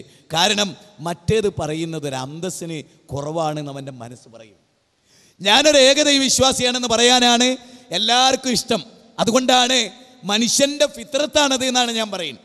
അല്ലാഹ് സൃഷ്ടിച്ച അവൻ്റെ പ്രകൃതിയാണത്. ആ പ്രകൃതി ബൗദ്ധൈവത്വത്തെ തേടുന്നില്ല. അപ്പം നമ്മൾ നോക്കേ, ഞാനവിടെ ഇത് എന്തിനാ അങ്ങനെ പറയണത് അറിയോ? ജീവിതത്തിൻ്റെ ലക്ഷ്യം തേടുമ്പോൾ വളരെ പ്രധാനമായി ഏകദൈവാരാധന നമ്മളിൽ ഒരു ചർച്ചയാകേണ്ടതാണ്. മക്കാ മുശ്രിക്കുകൾക്ക് മാറാനുള്ള ഒരു കാരണം എന്താ അറിയും? അപ്പം അബൂതലത്തിൽ അൻസാരി, ഈ അബൂതലത്തിൽ അൻസാരി കല്യാണം കഴിച്ചത് ഉമ്മു സുലൈം റളിയല്ലാഹു തആല അൻഹയാണ്. അവരെ വലിയ ഇഷ്ടമായിരുന്നു. അദ്ദേഹം അമുസ്ലിമായിരുന്ന കാലഘട്ടത്തിൽ. അപ്പം അദ്ദേഹം പറഞ്ഞു, ഞാൻ നിന്നെ വിവാഹം കഴിക്കാൻ ആഗ്രഹിക്കുന്നുണ്ട്. അപ്പോൾ അവർ പിന്നെ അതിന് വിസമ്മതിച്ചു. കാരണം അദ്ദേഹം ബിംബാരാധകനായിരുന്നു. അബൂതലത്തിൽ അൻസാരി ബിംബാരാധകനായിരുന്നു. അതുകൊണ്ട് ഉമ്മു സുലൈം റളിയല്ലാഹു തആല അൻഹ അത് നിരസിച്ചു. അപ്പോൾ അവർ ചോദിച്ചു, എന്നേക്കാൾ കൂടുതൽ വെള്ളിയും സ്വർണവും നിനക്കാരെങ്കിലും തരാമെന്ന് പറഞ്ഞിട്ടുണ്ടോ ഉമ്മു സുലൈം? ഞാനെന്ന പുരുഷനേക്കാൾ കൂടുതൽ ആരെങ്കിലും നിനക്ക് മഹർ പറഞ്ഞിട്ടുണ്ടോ, പൊന്നും വെള്ളിയും പറഞ്ഞിട്ടുണ്ടോ എന്നാണ് ചോദ്യം. അതൊന്നുമില്ല, നിങ്ങൾ ഇസ്ലാമല്ല. അവിടെ ഉമ്മു സുലൈം റളിയല്ലാഹു തആല അൻഹ അബൂതലത്തിൽ അൻസാരിയോട് പറയുന്ന ചില ഡയലോഗുകൾ സാധാരണ നിങ്ങൾ കേട്ടിട്ടുണ്ടാവില്ല. അതിതാണ് അവർ പറയാണ്, ഞാൻ നിങ്ങളുടെ കാര്യം ആലോചിച്ചിട്ടാണ് എൻ്റെ വിഷമം. നിങ്ങളെങ്ങനെ ഞാൻ ഭർത്താവായി സ്വീകരിക്കുക? നിങ്ങൾ തന്നെ ആലോചിച്ചോളൂ. ഒരു മരം, അവർ പറഞ്ഞു കൊടുക്കുകയാണ്, ഒരു മരം അതിൻ്റെ പാതി മുറിച്ചിട്ട് അടുപ്പത്ത് വെച്ച് നിങ്ങൾ കത്തിക്കുന്നു. ആ മരം കത്തി വെണ്ണീരായി പോകുന്നു. അതിൻ്റെ പാതി നിങ്ങൾ ബിംബമുണ്ടാക്കി അത് ദൈവം എന്ന് പറഞ്ഞ് ആരാധിക്കുന്നു. എന്തൊരു നിരർത്ഥകതയായത്! നിങ്ങൾ തന്നെ മുറിച്ചു കൊണ്ടുവന്ന് നിങ്ങളുടെ ഭാവനയിൽ നിങ്ങൾ പാകപ്പെടുത്തി ഒരു രൂപമുണ്ടാക്കി അത് സ്വയം നടന്നു എന്ന് പൂജാമുറിയിലെത്തിയതല്ല. നിങ്ങൾ നിങ്ങളുടെ കൈകൊണ്ട് തന്നെ അവിടെ എടുത്തു വെച്ചു. എന്നിട്ട് അതിനെ നിങ്ങൾ ആരാധിക്കുകയാണ്. ഇതൊരു വല്ലാത്ത നിരർത്ഥകതയാണ്. അതിൽ നിന്ന് നിങ്ങൾ മാറിയാൽ നിങ്ങൾക്ക് എന്നെ വിവാഹം കഴിക്കാം. അതാണ് എൻ്റെ വിവാഹമൂല്യം. അപ്പം ഞാൻ കുറേ കൂടെ അതിൻ്റെ ചരിത്രത്തിൽ കുറച്ചുകൂടെ അങ്ങോട്ട് ചെന്നപ്പോൾ കാണാൻ കഴിയുന്നത് എന്താ പറഞ്ഞാൽ, ഇത് കേട്ടിട്ട് അന്ന് അബൂതലത്തിൽ അൻസാരിക്ക് ഉറങ്ങാൻ കഴിഞ്ഞില്ല. അബൂതലത്തിൽ അൻസാരിക്ക് ഉറങ്ങാൻ കഴിഞ്ഞില്ല. അദ്ദേഹം ഇങ്ങനെ കിടക്കും, ചരിഞ്ഞെടുക്കുക, എഴുന്നേക്കും. അദ്ദേഹം ആരാധിക്കുന്ന രൂപമുണ്ടല്ലോ, വിഗ്രഹം, അതെടുത്തിട്ട് പുറത്തേക്കെറിയും. പിന്നെയും പേടിച്ച് നടുങ്ങും. അതെടുത്തു കൊണ്ടുവരും, വീണ്ടും പ്രതിഷ്ഠിക്കും, വീണ്ടും എടുത്തെറിയും. അങ്ങനെയാണ് അദ്ദേഹം ഇസ്ലാമിലേക്ക്, അദ്ദേഹം മനസ്സിൽ ഉറപ്പ് കിട്ടി, അദ്ദേഹം ഏകദൈവാരാധകനാവുകയാണ്. ഇവിടെയാണ് ഇസ്ലാം മനുഷ്യൻ്റെ മുമ്പിൽ ഇത് പറഞ്ഞപ്പോഴാണ് ഇപ്പോൾ സ്വാമിജി വളരെ പ്രധാനമായി പറഞ്ഞത്, എന്തുകൊണ്ട് ആൽമരം ആരാധിക്കപ്പെടുന്നു? രാത്രി പോലും ഓക്സിജൻ നൽകാനുള്ള ഗുണം ആൽമരത്തിനുണ്ട് എന്നാണ് സ്ഥാപിക്കുന്നത്. എന്തുകൊണ്ട് പശുവിനെ ആരാധിക്കുന്നു? പശുവിൽ നിന്ന് എല്ലാം ഉപകാരമാണ്, അതുകൊണ്ടാണ് പശുവിനെ ആരാധിക്കുന്നത്. അപ്പം ഞാനതിനെ വിശുദ്ധ ഖുർആനിൽ നിന്ന് ഒരു വചനത്തിൻ്റെ സാരം ഉദ്ധരിച്ചുകൊണ്ട് പറഞ്ഞു. എന്നാൽ ഇസ്ലാമിൻ്റെ ചിന്ത സ്വാമിജി അങ്ങനെയല്ല, കുറേ കൂടെ മുന്നോട്ടാണ്. നിങ്ങളുടെ ചിന്ത പശുവിലെത്തി അവിടെ അവസാനിച്ച് പശുവിൽ ദിവ്യത്വം ആരോപിച്ച് പശുവിൻ്റെ ഗുണങ്ങൾ മുഴുവനും പശുവിൻ്റേതായി സങ്കല്പിച്ച് പശു തന്നെയാണ് ആ പശുവിൻ്റെ ഗുണത്തിൻ്റെ കാരണം എന്ന് നിരൂപിച്ച് ആ പശുവിനെ ആരാധിക്കണം നിങ്ങൾ ചെയ്യുന്നത്. എന്നാൽ ഞങ്ങൾ അങ്ങനെയല്ല. ഞങ്ങൾ ചെയ്യുന്നത് രക്തത്തിൻ്റെയും കാഷ്ടത്തിൻ്റെയും ഇടയിൽ നിന്ന് ശുദ്ധമായ പാലുൽപാദിപ്പിക്കുന്ന ആ ശക്തിയാര് എന്ന് പശുവിനെ വിട്ട് പശുവിൻ്റെ സിട്ടാവിലേക്കാണ് ഞങ്ങളുടെ ചിന്ത പോകുന്നത്. അതാണ് ഇസ്ലാമിൻ്റെ പ്രത്യേകത. ആൽമരത്തെയും ആൽമരത്തിൻ്റെ ഔഷധ ഗുണങ്ങളെയും ഓക്സിജൻ കപ്പാസിറ്റിയെയും എല്ലാം സൃഷ്ടിച്ച പടച്ചോനിലേക്കാണ് ഞങ്ങളുടെ ചിന്ത പോവുക. നിങ്ങളുടെ ചിന്ത സൃഷ്ടികളിലെത്തി, സൃഷ്ടിയിൽ തന്നെ സൃഷ്ടാവിനെ കണ്ടെത്തി ആ സൃഷ്ടിയാണിത് എന്ന് നിങ്ങൾക്ക് അറിഞ്ഞുകൊണ്ട് അതിൽ സൃഷ്ടാവിൻ്റെ ഗുണങ്ങൾ ആരോപിച്ച് നിങ്ങൾ അതിനെ ആരാധിക്കുന്നു. എന്നാൽ ഇസ്ലാം സൃഷ്ടി പഠനത്തിലൂടെ സൃഷ്ടാവിലേക്ക് എത്തുന്നു. ഇതാണ് ഇസ്ലാമിൻ്റെ ഒരു പ്രത്യേകത. സത്യം പറഞ്ഞാൽ ആ സദസ്സിലുള്ള ആളുകളൊക്കെ മനസ്സുകൊണ്ടെങ്കിലും അത് അംഗീകരിച്ചിട്ടുണ്ട് എന്നുള്ളതാണ്. കാരണം ഇത് പ്രകൃതിയാണ്, മനുഷ്യൻ ഇഷ്ടപ്പെടുന്നതാണ്. നിങ്ങൾ നോക്കേ, ഇപ്പം നമുക്ക് ലളിതമായ, വളരെ ലളിതമായ ഒരു ഉദാഹരണത്തിലൂടെ നമുക്ക് പറയാൻ പറ്റും. ഈ മൊബൈലിന് ഒരുപാട് ഗുണങ്ങളുണ്ട്. നമുക്ക് ചിലതൊക്കെ വമ്പിച്ച അത്ഭുതങ്ങളാണ്. ലോകത്തിൻ്റെ ഏതോ കോണിൽ നടക്കുന്നത് ഇസ്ലാം റേഡിയത്തിലൂടെ നമ്മൾ മൊബൈൽ ഇവിടെ വെച്ചിട്ട് കേൾക്കുകയാണ്. അടുക്കളയിൽ തേങ്ങ ചിരണ്ടുമ്പോഴും മത്തി മുറിക്കുമ്പോഴും ഒക്കെ സ്ത്രീകൾക്ക് ബൈലക്സിലൂടെ കേൾക്കാം. ഇതൊക്കെ അത്ഭുതമാണ്. വേണമെങ്കിൽ ആ അത്ഭുതങ്ങളൊക്കെ മൊബൈലിൽ ആരോപിക്കാം, അല്ലെങ്കിൽ കമ്പ്യൂട്ടറിൽ ആരോപിക്കാം. പക്ഷേ ഈ പ്രോഗ്രാമിംഗ് ഉണ്ടാക്കിയ മനുഷ്യൻ്റെ ബ്രെയിനില്ലേ, ആ ബ്രെയിനിലാണ് നമ്മൾ ചെല്ലുക. ഈ മനുഷ്യന് 200 കോടി ബൃഹത് ഗ്രന്ഥങ്ങളുടെ വിജ്ഞാനം ശേഖരിക്കാനുള്ള ഈ മെമ്മറി സിസ്റ്റം നൽകിയ സിട്ടാവ് അവൻ എന്തായിരിക്കും? ഇതാണ് ഇസ്ലാമിൻ്റെ. അതുകൊണ്ടാണ് ഇന്നഫി ഖൽഖിസ് സമാവാതി വല്ലർ വഖ്തിലാഫിൽ ലൈലി വന്നഹാർ ലആയാതിൽ ലിഉലിൽ അൽബാബ്. നിന്നും ഇരുന്നും കിടന്നും അള്ളാഹുവിൻ്റെ സൃഷ്ടി വൈഭവത്തെക്കുറിച്ച് ഓർക്കാനാണ് ഇസ്ലാം പറഞ്ഞത്. രാവ് എങ്ങനെ ഉണ്ടാകുന്നു, പകലെങ്ങനെ ഉണ്ടാകുന്നു, ഈ സൂര്യനും ചന്ദ്രനും എങ്ങനെ അധീനപ്പെടുത്തി തന്നു, ഇതെല്ലാം ഓർത്ത് റബ്ബന മാ ഖലഖ്ത ഹാദാ ബാത്തില എന്ന് പറയുന്ന വളരെ സവിശേഷമായ ഇസ്ലാമിൻ്റെ ഒരു പ്രത്യേകത. ഇപ്പം നിങ്ങൾ നോക്ക്, ലോകത്ത് പ്രതിമയില്ലാത്ത ഏക ആചാര്യൻ ആരാ? പ്രതിമയില്ലാത്ത ലോകത്തിലെ ഏക ആചാര്യൻ ഇബ്രാഹിം നബീൻ്റെ പ്രതിമ ഉണ്ടാക്കപ്പെട്ടിട്ടുണ്ട്. മൂസാ നബി അലൈഹി ഇസ്ലാമിൻ്റെ പ്രതിമയുണ്ട്. ഈസാ നബി അലൈഹി ഇസ്ലാമിൻ്റെ പ്രതിമയുണ്ട്. ലോകത്ത് പല ആളുകളുടെയും പ്രതിമകളുണ്ട്. മുഹമ്മദ് നബി സല്ലല്ലാഹു അലൈഹി വസല്ലമയുടേതില്ല. മുഹമ്മദ് നബി സല്ലല്ലാഹു അലൈഹി വസല്ലമയുടെ പ്രതിമ തകർക്കപ്പെട്ടു എന്നൊരു ന്യൂസ് ഇതുവരെയല്ല. നാളെ ഉണ്ടാവില്ല, മറ്റന്നാളും ഉണ്ടാവില്ല, ഷുവർ. നബി സല്ലല്ലാഹു അലൈഹി വസല്ലമയുടെ പ്രതിമ തകർക്കപ്പെട്ടതിൻ്റെ പേരിൽ ഒരു കലാപല്ല. BR അംബേദ്കറിൻ്റെ പ്രതിമ തകർക്കപ്പെട്ടു, 4 ആൾ കൊല്ലപ്പെട്ടു. ഒറീസയിൽ ക്രിസ്തീയ ദേവാലയങ്ങൾ അടിച്ചു തകർക്കപ്പെട്ടു, പ്രതിമ തകർക്കപ്പെട്ടു, സംഘപരിവാരങ്ങളുമായി ഇഷ്യൂസുകളുണ്ടായി. കേരളത്തിൽ ശ്രീനാരായണ ഗുരുവിൻ്റെ പ്രതിമ തകർക്കപ്പെട്ടു, ഇഷ്യൂസുകളുണ്ടായി. അവിടെയാണ് പ്രതിമയില്ലാത്ത ലോകത്തിൻ്റെ സിട്ടാവിനെ ആരാധിക്കണമെന്ന് ലോകത്തോട് നമ്മൾ പറയണം. അപ്പം ഞാൻ ഈ അടുത്ത കാലത്ത് എൻ്റെ വളരെ പ്രഗത്ഭനായ ഒരു സുഹൃത്തിനെ യാദർശികമായി കണ്ടുമുട്ടിയപ്പോൾ, രാകേഷിനെ കണ്ടുമുട്ടിയപ്പോൾ, അവൻ്റെ വീട്ടിലേക്ക് എന്നെ ക്ഷണിച്ച് ഞാനവൻ്റെ വീട്ടിലിങ്ങനെ ഇരിക്കുമ്പോൾ അവൻ്റെ ഷെൽഫിൽ ഋഗ്വേദം, യജുർവേദം, സാമവേദം, അഥർവവേദം 4 വേദങ്ങൾ അതിങ്ങനെ വെച്ചിട്ടുണ്ട്. അപ്പം ഞാൻ അവനോട് പറഞ്ഞു, ആ യജുർവേദം ഒന്ന് എടുക്കാമോ എന്ന് ചോദിച്ചു. അപ്പോൾ അവൻ എന്നോട് ചോദിച്ചു, പൂച്ചക്ക് എന്തിനാ പൊന്നൊരുക്കുന്നിടത്ത് കാര്യം? നീ മുസ്ലിമാണ്, നിനക്കെന്തിനാ യജുർവേദം? ഞാൻ പറഞ്ഞു, നീ യജുർവേദം എടുക്ക്. യജുർവേദത്തിൻ്റെ 32-ാം അധ്യായം 3-ാമത്തെ ശ്ലോകം എന്നെടുത്ത് ചെല്ലാൻ പറഞ്ഞു ഞാൻ അവനോട്. അവൻ പറഞ്ഞു, ന തസ്യ പ്രതിമ ആസ്തി, ആ ദൈവത്തിന് പ്രതിമയില്ല.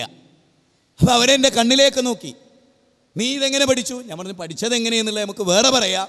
ന തസ്യ പ്രതിമ ആസ്തി എന്ന് യജുർവേദത്തിലുണ്ടെങ്കിൽ നിന്റെ പൂജാമുറിയിൽ ഈ ബിംബം വെക്കാൻ പിന്നെ നിനക്ക് അവകാശമുണ്ടോ? പിന്നെ നീ എങ്ങനെയാ വെക്കുക? കാരണം നിന്റെ വേദഗ്രന്ഥം പറയുന്നു ബിംബാരാധന പാടില്ല. നീ ഇവിടെ ബിംബം വെച്ചിരിക്കുന്നു, ഇതെങ്ങനെ എന്ന് ചോദിച്ചപ്പോൾ അവൻ കണ്ണു വീഴ്ച നിൽക്കുകയാണ്. നീ വേദാന്തി എന്ന് പറയുന്നു, വേദത്തിൻ്റെ ആളാണെന്ന് പറയുന്നു, ആ വേദത്തിൽ ബിംബാരാധന പാടില്ലെന്ന് പറഞ്ഞിട്ടും നീ അത് ചെയ്യുന്നു. പിന്നെ എങ്ങനെ നീ ഹിന്ദുവാകും, വേദാന്തിയാകും? അപ്പോഴാണ് അവൻ അത്ഭുതത്തോടൊരു കാണുന്നത്. ഇത് നമ്മൾ ജനങ്ങൾക്ക് പറഞ്ഞു കൊടുക്കുകയാണ്. ഇവിടെ ഒരു ഹൈന്ദവനോട് നീ ബിംബാരാധന നടത്തരുതെന്ന് ഇസ്ലാമിൻ്റെ ശബ്ദം പറയല്ല, അവൻ്റെ വേദഗ്രന്ഥത്തിൽ പോലും ബിംബാരാധന പാടില്ല. അപ്പം നിങ്ങൾ നോക്കൂ, മണിമല ക്ഷേത്രം, എൻ്റെ കേസിട്ട് ഒരു പക്ഷേ നിങ്ങൾക്ക് ഇവിടെ കിട്ടും. ആ ക്ഷേത്രത്തിൽ വലിയ പ്രഗത്ഭനായ ഒരു ക്രിസ്ത്യാനി പണ്ഡിതനുണ്ടായിരുന്നു. ഞാൻ അദ്ദേഹത്തോട് പറഞ്ഞ ആവർത്തന പുസ്തകം 4-ാം അധ്യായം 17-ാമത്തെ വചനത്തിൽ ബിംബാരാധന പാടില്ല എന്ന സൂക്തം ഞാനിങ്ങനെ ചൊല്ലിക്കളിപ്പിച്ചു. ഒരുപാട് ബൈബിൾ വാചകം ബിംബാരാധന പാടില്ല.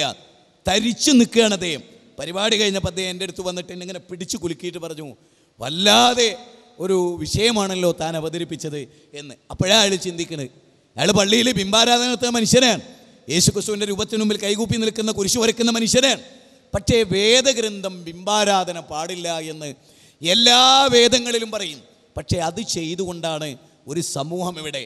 അതുകൊണ്ട് നിങ്ങൾ നോക്ക്, ഈ പാലക്കാട് ജില്ലയിൽ ഒരു പരിപാടി നടന്നപ്പോൾ അവിടെ BJPയുടെ ഒരു ജില്ലാ നേതാവ്, അദ്ദേഹം വളരെ സന്തോഷത്തോടു കൂടിയാണ് പരിപാടിയിൽ പങ്കെടുത്ത്. അദ്ദേഹം പറഞ്ഞു, നിങ്ങളിറക്കിയ ലഘുലേഖയിൽ, നിങ്ങൾ അവതരിപ്പിച്ച ലഘുലേഖയിൽ ബിംബാരാധകർ ഘോരാന്ധകാരമായ നരകത്ത് പോകുന്നുണ്ടല്ലോ അത് ഞങ്ങൾക്കൊരു വേദനയാവൂലേ, അത് ഹൈന്ദവരെ വേദനിപ്പിക്കലല്ലേ എന്ന് ചോദിച്ചപ്പോൾ ഞാൻ അദ്ദേഹത്തോട് പറഞ്ഞത്, ഞങ്ങളെ വാചകമായിട്ടല്ലല്ലോ അതിൽ കൊടുത്തിട്ടുള്ളത് സാർ, ഞങ്ങളുടെ വാചകമല്ല അത്. ആ മലയാള പരിഭാഷ നിങ്ങൾ വായിച്ചതിൻ്റെ നേരെ മേലെ ഒരു വേദഗ്രന്ഥത്തിലെ സൂക്തമുണ്ട്, അതിൻ്റെ പരിഭാഷയാണ് ഞങ്ങൾ എഴുതിയത്, ഞങ്ങളെ വകയല്ല. അതെന്താണത്? അന്തം തമഹ പ്രഫിശംതിയേ സംപൂത്യമുപാസത്തെ തതോഭൂയ ഇബദേ യഹു സംപൂദ്യാം രഥഃ. ഈശാവാശോപനിഷത്തിലെ 12ാമത്തെ ശ്ലോകമാണത്. അതിൽ പറയുന്നത്, ദൈവേതര ശക്തികളെ നിങ്ങൾ ആരാധിച്ചാലും, ഏത് ദേവിയാകട്ടെ, ദേവനാകട്ടെ, അമ്പിയാക്കളാകട്ടെ, ഔലിയാക്കളാകട്ടെ, മഹാന്മാരാകട്ടെ, എന്തിനെ നിങ്ങൾ ആരാധിച്ചാലും, പശുവാകട്ടെ, പാമ്പാകട്ടെ, എന്തിനെ നിങ്ങൾ ആരാധിച്ചാലും ഘോരാന്ധകാരമായ നരകത്തിലായിരിക്കും നിങ്ങളുടെ സീറ്റ്. നിങ്ങൾ ഒരിക്കലും വിമോചിക്കപ്പെടുകയില്ല, സ്വർഗത്തിൽ പോവുകയില്ല എന്ന് സാർ നിങ്ങളുടെ വേദഗ്രന്ഥത്തിലാണുള്ളത്. അതാണ് ഞങ്ങൾ അവിടെ എഴുതി. നിങ്ങളുടെ വേദഗ്രന്ഥത്തിലുള്ള ഒരു കാര്യം ഏതുപോലെ ഒരു ഉദാഹരണ സഹിതം ഞാൻ അദ്ദേഹത്തിന് പറഞ്ഞു കൊടുത്തു.